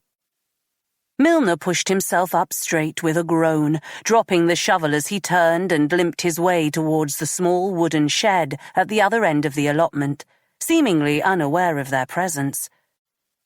"Mr. Milner, D.I. Blackwell and D.C.I. Robertson," shouted Louise. The allotment was surrounded by fencing along its perimeter. Although it was less than 2 meters tall, she doubted Milner would be able to escape over it. He stopped walking and turned slowly towards them, smiling. "D.I. Blackwell, how nice to see you. Do come in," he said, gesturing with his hand for them to follow him to the shed. "I'd like you to stop where you are, Mr. Milner," said Louise, as Milner stepped towards the entrance. "Just getting some water," said Milner, without looking around. "Shit," said Louise, in unison with Robertson as they both began running to the shed, only to stop 5 meters from the door as Milner turned. "It really is lovely to see you again, Louise," said Milner, the shotgun he held in his hands shaking as if being moved by the breeze. "Who told you about me? Was it Max's son?" "You were working with Martin?" asked Louise. Milner laughed, the shotgun swaying precariously in his hands. "What? You want a confession before I kill you?" Chapter 57. "Louise," said Robertson gently as he moved towards her. The last few moments had passed in a blur. Robertson attacking Milner with the shovel, only for Milner to respond by producing the thick metal wire and pressing it to Robertson's throat. It was a wonder her colleague was still alive, and Louise thought how easy it would be to pull the trigger now, to put an end to all the misery caused by Milner. "You've broken it!" screamed Milner in breathless agony, his injured arm twisted behind him in the cuffs. "Louise!" said Robertson again. Louise shook her head, the gun still pointed at Milner's head. "Your confession," she said. Milner was prone on the ground, his face contorted. "I done the lot," he said, his laugh once more turning into a cough. "You were responsible for the explosions," said Robertson. "One way or another, yes. I used Carl and Martin. They both had their demons which I could exploit to my own ends." "Why?" said Louise. "Is that important? You asked me to give up my job. Is this all because of that? Because of what happened to Max Walton?" It was as if the comment had flipped a switch, going by Milner's face. The smiley facade disappearing as Louise again saw the hard, ruthless interior she'd only glimpsed the last time they'd talked. "You ruined what we had together." "You committed crimes with Max Walton?" asked Louise. Milner shook his head, returning to the present. "You really think this is about you?" He spat on the ground. "I could have snuffed you out any time I wanted. You and that stupid fucker on trial now as well. You're nothing to me. You understand that? Nothing. I used you as a distraction. I was planning something big, and I needed their help. Carl and Martin's help. I couldn't do it myself. Carl was easy enough. He owed me, and he was carrying a lot of grudges around with him. Against authority, you understand? That said, he was a fucking junkie and would do anything for some scag. And Martin, if you liked Max so much, then why would you involve his son? Look at me. Can you imagine me carrying explosives around, sneaking into buildings and planting them? Maybe 20 years ago. I've been in contact with that lad for a few years. He was always confused, didn't know if he wanted to follow in his father's footsteps or not. It wasn't difficult to get him over here. I told him Finch was on trial and that we could do something about you. Stupid little shit really thought we could get rid of you without causing any casualties.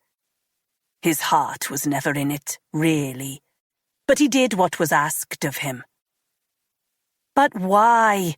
Said Louise, as Milner started coughing again. Why? Fucking why? Because no one knows me, that's why. All they know is Max and those boys and girls he killed. Jesus, you don't even know the half of it. What we got up to. Hell, said Milner, shaking his head as if lost in memory. You're doing this for the notoriety, said Louise, unable to hide the disbelief in her words as her finger worked its way to the trigger. I guess you can say that. I missed it though as well. You know, being with Max, the things we did. I'm not a young man anymore, but I can still enjoy things. You understand? That reminds me. What time is it? Said Milner, lifting his head from the ground. 2:15 p.m., said Robertson. 45 minutes and this will be over. Louise's arms began to tremble. What have you done, Milner? You'll see. It was enough for Robertson. He moved towards Milner and grabbed his injured arm. What have you done? He said, spittle falling from his mouth as he spoke through gritted teeth, his voice hoarse from the metal wire that had left a mark around his neck. Milner was doing his best to laugh, but the pain was evident on his face. He mumbled something inaudible as he struggled on the ground. We don't have time for this, said Louise. Robertson nodded towards the gun, a silent instruction for Louise to lower the weapon, but she ignored him.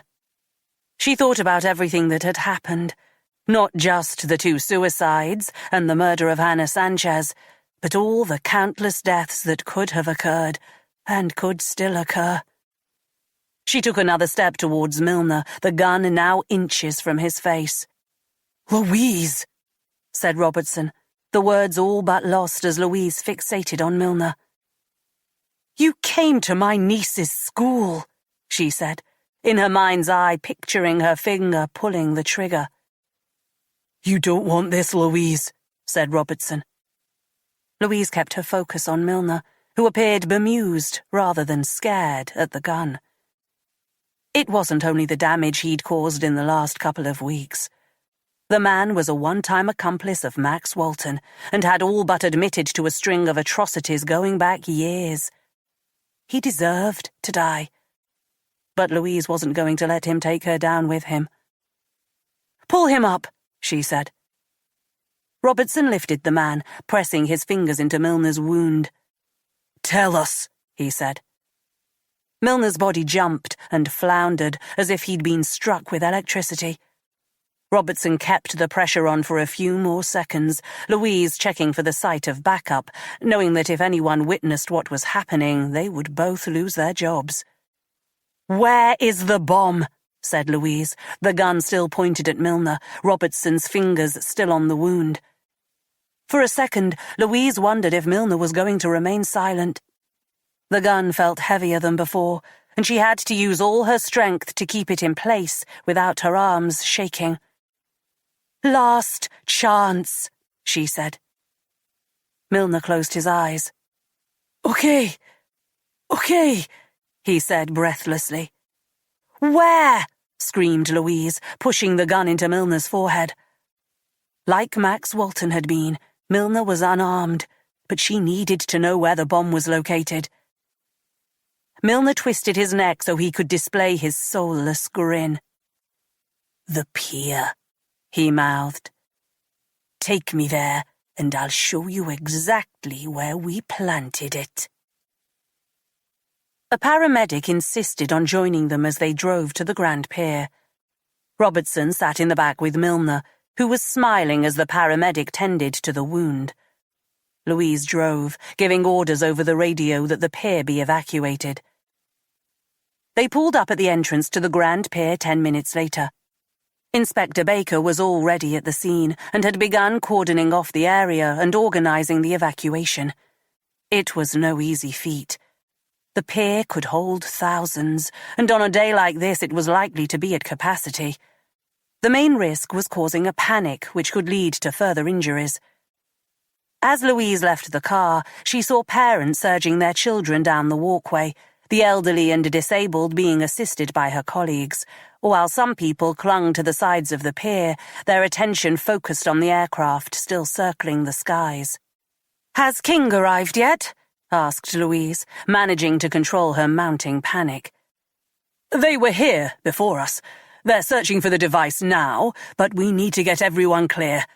There must be 2,000 still inside," said Baker, as the sound of fire alarms rang out in the air. Robertson pulled Milner from the back of the car. "What time is it due to detonate?" said Louise under her breath. "Where's your gun now?" said Milner. Robertson pulled hard on the cuffs and Milner gasped in pain. "What time?" "I told you. 3 p.m. Thank you for bringing me to watch. I hadn't planned to come, but I'm glad you changed my mind." There was no point trying to understand him. All that mattered now was that they find the bomb and neutralize it. "Where is it, Milner?" said Louise. Milner continued smiling, gazing up at the plains as if he hadn't seen the sky in years. Louise had never felt so restless. Robertson gripped the cuffs again, but there was no way they were going to get an answer from Milner with everyone watching. "I'll take him up," said Louise, as Milner continued his non-committal sky-gazing. "No way," said Baker. "I'm not risking any more injuries, and you can't take a prisoner in custody into such an environment." Louise glanced to Robertson, who looked more dishevelled than she'd ever seen him, his hair matted against his scalp as sweat poured down his forehead. His hand went to the mark still visible on his neck. "He's helping us with our inquiries, aren't you, Milner?" he said, nodding to Louise. It was the strangest journey along the pier Louise had ever made. Although they hurried, Milner almost floating in the air as she and Robertson jogged either side of him, she had a few moments to remember all the times she'd made this journey before. Recent visits with work aside, they were mainly pleasant memories. She recalled the times she'd visited as a child, and the breathless anticipation as she and Paul had gazed through the cracks in the wooden boards at the sand, or occasionally the water, as they hurried their parents along. The pier had seemed so long back then, the promises of the noise and excitement, the games and prizes, always just out of reach. She tried to ignore the panicked look of the citizens moving in the opposite direction, their terror heightened by the sight of the crazed prisoner being dragged along towards the fire alarms. "What the hell are you doing here?" said King as they arrived in the main building on the pier. The interior of the pier was chaotic. The fire alarms were doing battle with the sounds of the arcade and fruit machines, and the anxious chatter of the hundreds being marshalled out of the building by the uniformed officers. Both King and Mitch Norton were wearing their full gear, Arnie ready for action. "This man knows where the device is but isn't speaking," said Louise. King pulled off his helmet and stared at Milner. "You're ex-forces," he said to Milner, a statement rather than a question. Milner nodded. "Welsh Guards," he said, his head held aloft. "Lance Corporal King. What the hell are you playing at?" Louise was amazed to see a look that resembled shame form on Milner's face. After what he'd done, and was willing to do, all in the name of notoriety, it seemed ludicrous that an accusation from a serving member of the army could affect the man in any way. But Milner looked more than uncomfortable. "You know what you're doing. To detonate that many devices in such a controlled manner, that takes some doing, even with help. But you need to stop now. I don't know exactly what you went through, but this is no answer. Innocent people are going to get hurt. You don't want that," said King. Louise could tell Robertson wanted to shake a response out of Milner, and she was inching that way herself. But they had to wait. Milner was staring at King, open-mouthed, the voices in his head all but visible. Louise glanced around. Uniformed officers were searching as best they could, but there were so many places where a bomb could have been placed undetected. There were 2 main floors to the building, and a number of sections, such as the ghost train and fun house, that were out of sight. The problem was intensified by all the belongings people had left behind in their panic to leave the place. "We used to come here. Me and Max," said Milner. Louise lowered her eyes. The thought of Max Walton being let loose in this building turned her stomach. She tried to think where would be the likeliest place for Milner to have put the device, but the thought of the ticking minutes was a distraction. She closed her eyes and thought back to Justin's testimony, shivering as she recalled what he'd described at Walton's farm when he'd been a child. "Upstairs. There's one of those soft play areas, right?" said Louise. "There's a cafe there," said Robertson. "Is that where you used to go, you sick fuck?" he added, tugging at Milner's cuffs. "Get out of here," said King, moving with Norton as they guided the bomb disposal robot upstairs to the soft play area on the top floor. Louise and Robertson began helping with the evacuation, Louise calling off the search for the device and freeing up the other officers. People were running down the walkway now, Louise pleased to see the numbers were thinning. "Look at them go," said Milner as they made their own way down the pier. "I hope they make it in time." Robertson pushed him forwards. Louise had half a mind to take Milner back to the main building and to leave him there. As it was, she was trying to access King's and Norton's body cams on her phone when a thunderous sound roared out above them, causing the structure of the pier to shake. Blue, white, and red smoke filtered through the air as the red arrows passed overhead, the sound ringing in Louise's ears. "We've located it," said King. "Sending Arnie in." They reached the foot of the pier, Robertson instructing one of the team to take Milner away as Louise loaded the robot's camera on her mobile phone. "What sort of monster would do that?" said Louise. Arnie moved towards the stanchion at the rear of the soft play area, its caterpillar tracks not missing a beat across the soft material. If they had never located Milner, then the place would have been full of children. And by the looks of it, the setup was similar to that of the museum. The device was wedged out of sight and must have been placed there earlier in the week, possibly by Martin Walton Rennick. King and Norton wasted no time, the robot sending a blast to neutralize the device as the red arrows made another deafening pass-by above them. Chapter 58. "Some pretty good timing," said Thomas, showing Louise the article in the morning newspaper. "All part of my master plan," said Louise, taking a sip of tea before scanning Tanya Elliott's hastily put-together article about yesterday's events. Thomas was right. It couldn't have come at a better time.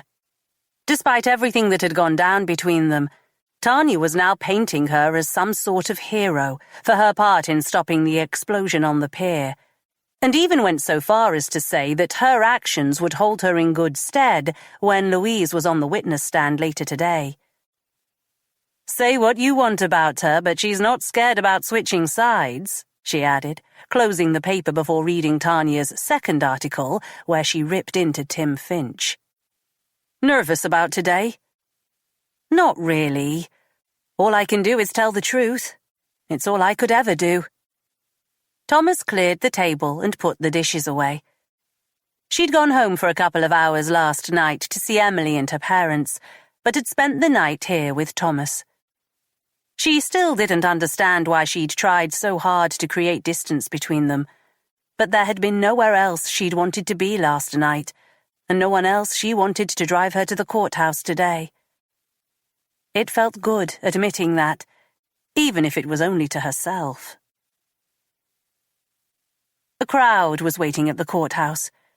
This time the press were mainly shouting questions about the evacuation of the pier, while inside, Louise's team gathered to support her. Robertson, Tracy, Farrell, and Simon Coulson greeted her like they hadn't seen her in ages. It could have made things daunting, but she took strength from their being there, and even more so from the sight of Amira Hood. "I guess I'll just try and do what you did," said Louise. Amira hugged her silently, and together they walked into the courthouse. It went better than she could have ever imagined. There were some awkward moments when the prosecution barrister, Amanda Knight, had her recounting the night of Finch's arrest, but what she had told Thomas had been correct. All she had to do was tell the truth. There had been no ulterior motives, no sense of revenge. Yes, she had long wanted to see Finch get his comeuppance for the terrible wrongs he'd committed on so many people, but there had been no master plan that night, no elaborate entrapment. Amira had gone to see Finch, and things had got out of hand. When Louise had arrived, it had been clear that he'd planned to kill her, and if he'd had his way, would have killed Louise too.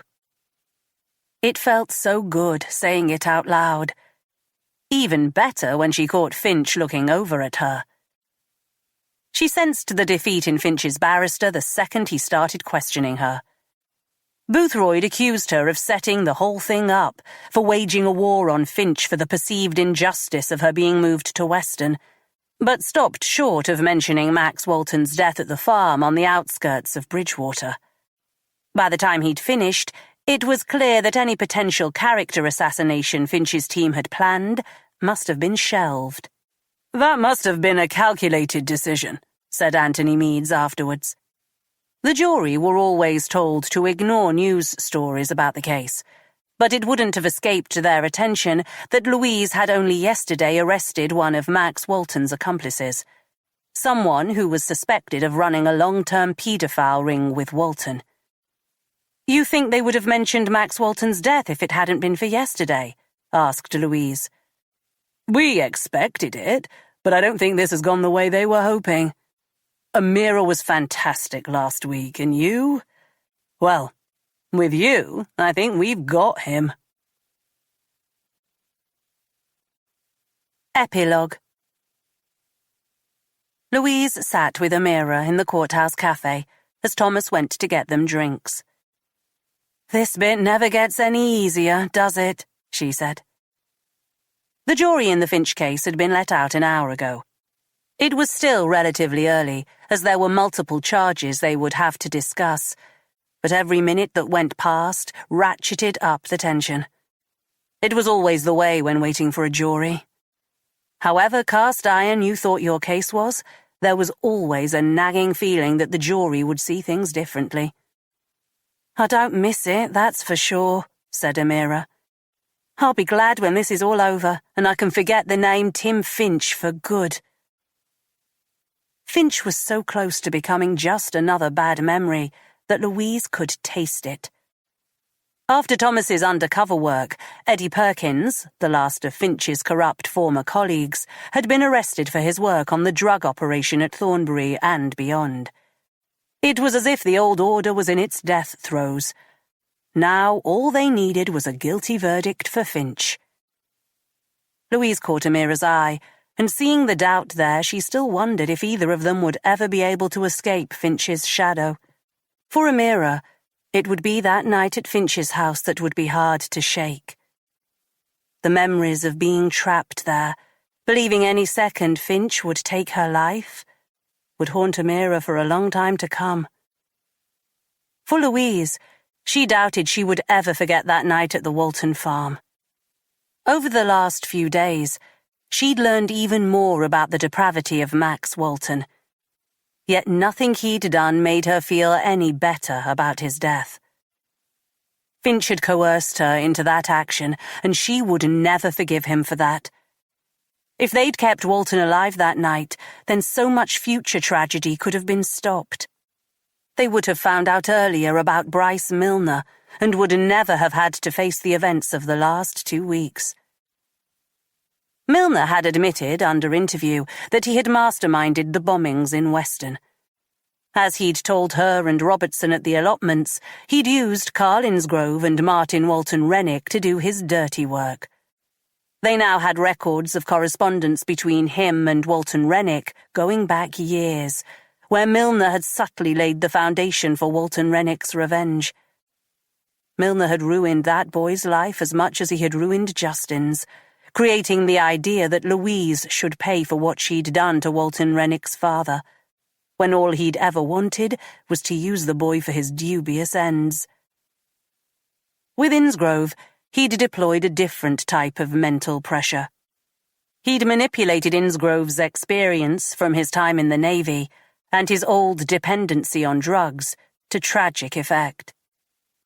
The wonder of it all was the years of preparation since Max Walton had died, and in all this time, Bryce Milner had been hankering for something even he found difficult to define. He still claimed he wanted to be known, in the same way Max Walton was known, but Louise wondered if it was something else. They had started talking to his old colleagues, and, like Innsgrove, Milner had seen some gruesome things during his years in the service. In the Gulf War, he'd been present for an explosion at an oil refinery that had killed dozens of people. The psychologists would no doubt be discussing that with Milner in due course, and it would probably be used in mitigation. But whether it had started there or not felt irrelevant at the moment. He was behind bars, and would stay like that, one way or another, for the rest of his life. "We've been called," said Thomas, placing his hand on Louise's shoulder and bringing her back to the present. This was the hardest part of all. Louise grabbed Amira's hand, and together they walked into the court. Louise tried to contain the adrenaline as Finch was shown to his position, but it hit her in waves. All she could do was consider what would happen if he was found innocent, and her legs almost buckled as everyone rose for the judge. Amira's hand was sweaty in hers as the clerk stood and addressed the jury, going through Finch's charges one by one. Relief surged through Louise, Amira gripping her hand tightly as the guilty charges kept coming through. "And to the charge of the attempted murder of Amira Hood." The churlish part of her wondered if the lead juror was an amateur dramatist. Such was the length of the pause before she gave her verdict. She even made a point of glancing at Finch before speaking, sending shockwaves of worry through Louise that the jury were going to find in his favor. "Guilty," said the woman, after an eternity. The sound of the celebration from the gallery took Louise back to the pier, and the noise of the red arrows flying above her. She stood up too fast and had to sit back down, the world spinning out of focus for a second, until Thomas was leading her out and giving her some water outside. "Sorry, the moment must have got to me," she said, drinking the water as the heat on her skin dissipated. "How about that time off now?" said Thomas, eyes full of concern. I think this time you may have a point.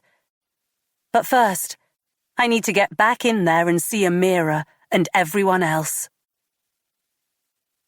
Finch didn't want to give them the satisfaction, but he couldn't help it. They'd shoved him off the van, and he'd landed squarely on his bad leg, which crumpled on impact. "You pissed or something, Finch?" said the guard, an unpleasant piece of work called Rutland, who'd been harassing him ever since he'd been bundled into the van in the middle of the night. The journey to the Cat A prison had been a never-ending litany of abuse and threats. Finch understood it was a way of conditioning him for what he was about to face, and it didn't really bother him. He already knew that Eddie Perkins had fucked up and had been arrested, along with members of Terry Clemens' team, but Rutland had taken some delight in reminding him. "No one on the outside for you now, Finch. Those days are over. No one on the inside for you either," he'd added, informing him that Clemens would also be on the move to an undisclosed Cat A prison and was blaming Finch for the trouble. Finch pushed himself from the ground. The walking stick he'd been allowed at the courthouse now denied him. The cloudy darkness seemed to envelop the imposing prison building as Rutland and his colleagues shoved him towards the gated doors where he was processed, before he was led to a second, damp room that was colder than outside, where he was made to take off his clothes. The indignities of the strip search were always the hardest thing for him to endure. The incarceration he could handle. That was simply a state of mind. But being made to bend over for these bastards was difficult to stomach. "Don't be shy now, Finch," said Rutland as he was told to squat. "We can't be too careful." Perkins and Clemens hadn't been the only victims of late. His one-time jailer, Derek Wilson, had lost his job after revelations about how he had facilitated Eddie Perkins and Clemens working together, and now he was facing criminal charges. That had been no accident, and neither had transferring Finch this far away from Bristol. Rutland had made it clear that none of the staff here were corruptible, that Finch would be receiving no help from any of the guards, and that his former roles made no difference to how he would be treated. That last part, at least, was a lie. Ex-coppers were treated with equal disdain by convicts and screws alike. Finch was prepared for that, accepted that it would take time to assert his dominance in whatever wing they put him in. The threat of violence wasn't something that fazed him. He would take the inevitable beating he was due, would wait until his past became an irrelevance, and would start building again. However sure of himself Rutland might be, the real truth was that Finch did have support both inside and out. Eddie Perkins and Derek Wilson weren't the only people he had dirt on. That list felt pretty endless. "None of that easy Cat B shit for you now, Finch," said Rutland, once he'd got changed into his new prison clothes. "There won't be an easy way for you to do time here, but there will be a hard way for you to do it, and an even harder way. You understand me?"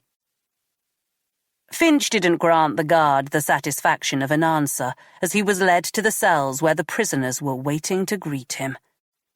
He kept his head up as he was led past the gesticulating inhabitants and allowed the whistles and jeers, the obscene insults and threats to wash over him. He'd spent a good decade all but running the whole of Avon and Somerset. These thick bastards were nothing in comparison. "Your new home for the next 15 to 20 years, said Rutland, opening the cell door to a cramped room. "Breakfast in 20 minutes, sweetheart," he added, locking the door behind him. At least he was alone, though the bunk bed was an ominous warning. Finch sat on the lower bunk, trying to ignore the smell from the toilet bowl that would be less than a few feet from him at all times. Try as he might, his mind turned to the reason he was here, and the oversight that had allowed her to thrive. So overjoyed had she been by his guilty verdict, Blackwell had all but fainted and had been carried out of the courthouse by that nonentity Thomas Ireland. Finch's failings, where she was concerned, had taught him that he could never be too ruthless. He'd thought her broken and beaten after that night at the Walton farm, but she'd kept coming back. He wouldn't make that mistake again, he told himself, as the bell rang and his door was unlocked. The thought lost as soon as it had arrived, as 3 inmates let themselves in through the open door. "A little welcome present, DCI Finch," one of the men said, striking Finch to the ground before he had a chance to respond. It wasn't quite the Mallorca holiday Thomas had planned, but it felt right walking along the main beach in Weston after all that had happened. Louise was hand in hand with Thomas as Emily and Noah did their best to follow the wild movements of Molly as she chased the sheets of sand blowing along the shore. There was no sense of hesitancy as they walked beneath the grand pier, the place now fully opened after the previous scare. The town moved on as it always did, and it was heartening to see so many people out in the July sunshine. Close to the promenade, a group of children were being led on a donkey ride, as further along a group of teenagers started a game of beach football. As they emerged on the other side of the pier, Molly a blur of action as she seemingly chased every grain of sand at once, Thomas grabbed Louise's hand tighter. It was the first time Emily and Noah had met, and Louise was surprised by how easily they played together, Molly acting as a shared focus. Although the children were oblivious, they were out celebrating Finch's sentence. Louise had insisted on waiting until she'd heard the sentence before agreeing to some time off. Life had definitely felt easier with Finch on remand, but knowing he would be behind bars for a minimum of 15 years changed everything for her. It felt like her career had been given back to her, and her parents aside, she couldn't think of anyone else she wanted to share that feeling with. "Shall we grab a coffee before heading back?" said Thomas. "Maybe a hot chocolate," said Louise. "Oh yeah, I forgot about your new phobia. Remember, I've worked with you before. God knows how you'll cope without your daily hits of caffeine." Louise let go of his hand and double-checked the children were out of earshot. "Actually, I did a bit of research into that," she said. "Don't tell me going without caffeine is good for you. Well, you can count me out on that. Coffee is one pleasure I can't go without." "No, you fool," said Louise, laughing as he pretended to be wounded by her comment. "I was looking into why I'd gone off coffee." "Oh?" "Yes, oh. It seems that can often be a side effect of being pregnant. Something about the smell of coffee beans. You don't need to know the details." Thomas's lips parted slightly as he let the words settle. "Are you saying—" Louise nodded. "How does that make you feel?" she said, studying Thomas as closely as she would any suspect in an interview. "How does it make me feel? Are you serious?" said Thomas, pulling her close. Behind him, Louise watched Emily and Noah catching up with Molly. Holding Thomas tight, smiling as the dog jumped up at the 2 delighted children, she said, "I guess you feel the same way I do, then." We hope you have enjoyed our presentation of The Pier by Matt Brolly, performed by Danielle Cohen. Performance copyright 2022 by Brilliance Publishing, Inc., all rights reserved. For further information concerning this program or other Brilliance audio titles, please visit our website at www.brilliancepublishing.com. No part of this recording may be played for an audience or reproduced in any form. It may not be streamed, downloaded, broadcast, or copied without written permission. Address all inquiries to Brilliance Audio, P.O. Box 887, Grand Haven, Michigan, 49417. Audible hopes you have enjoyed this program.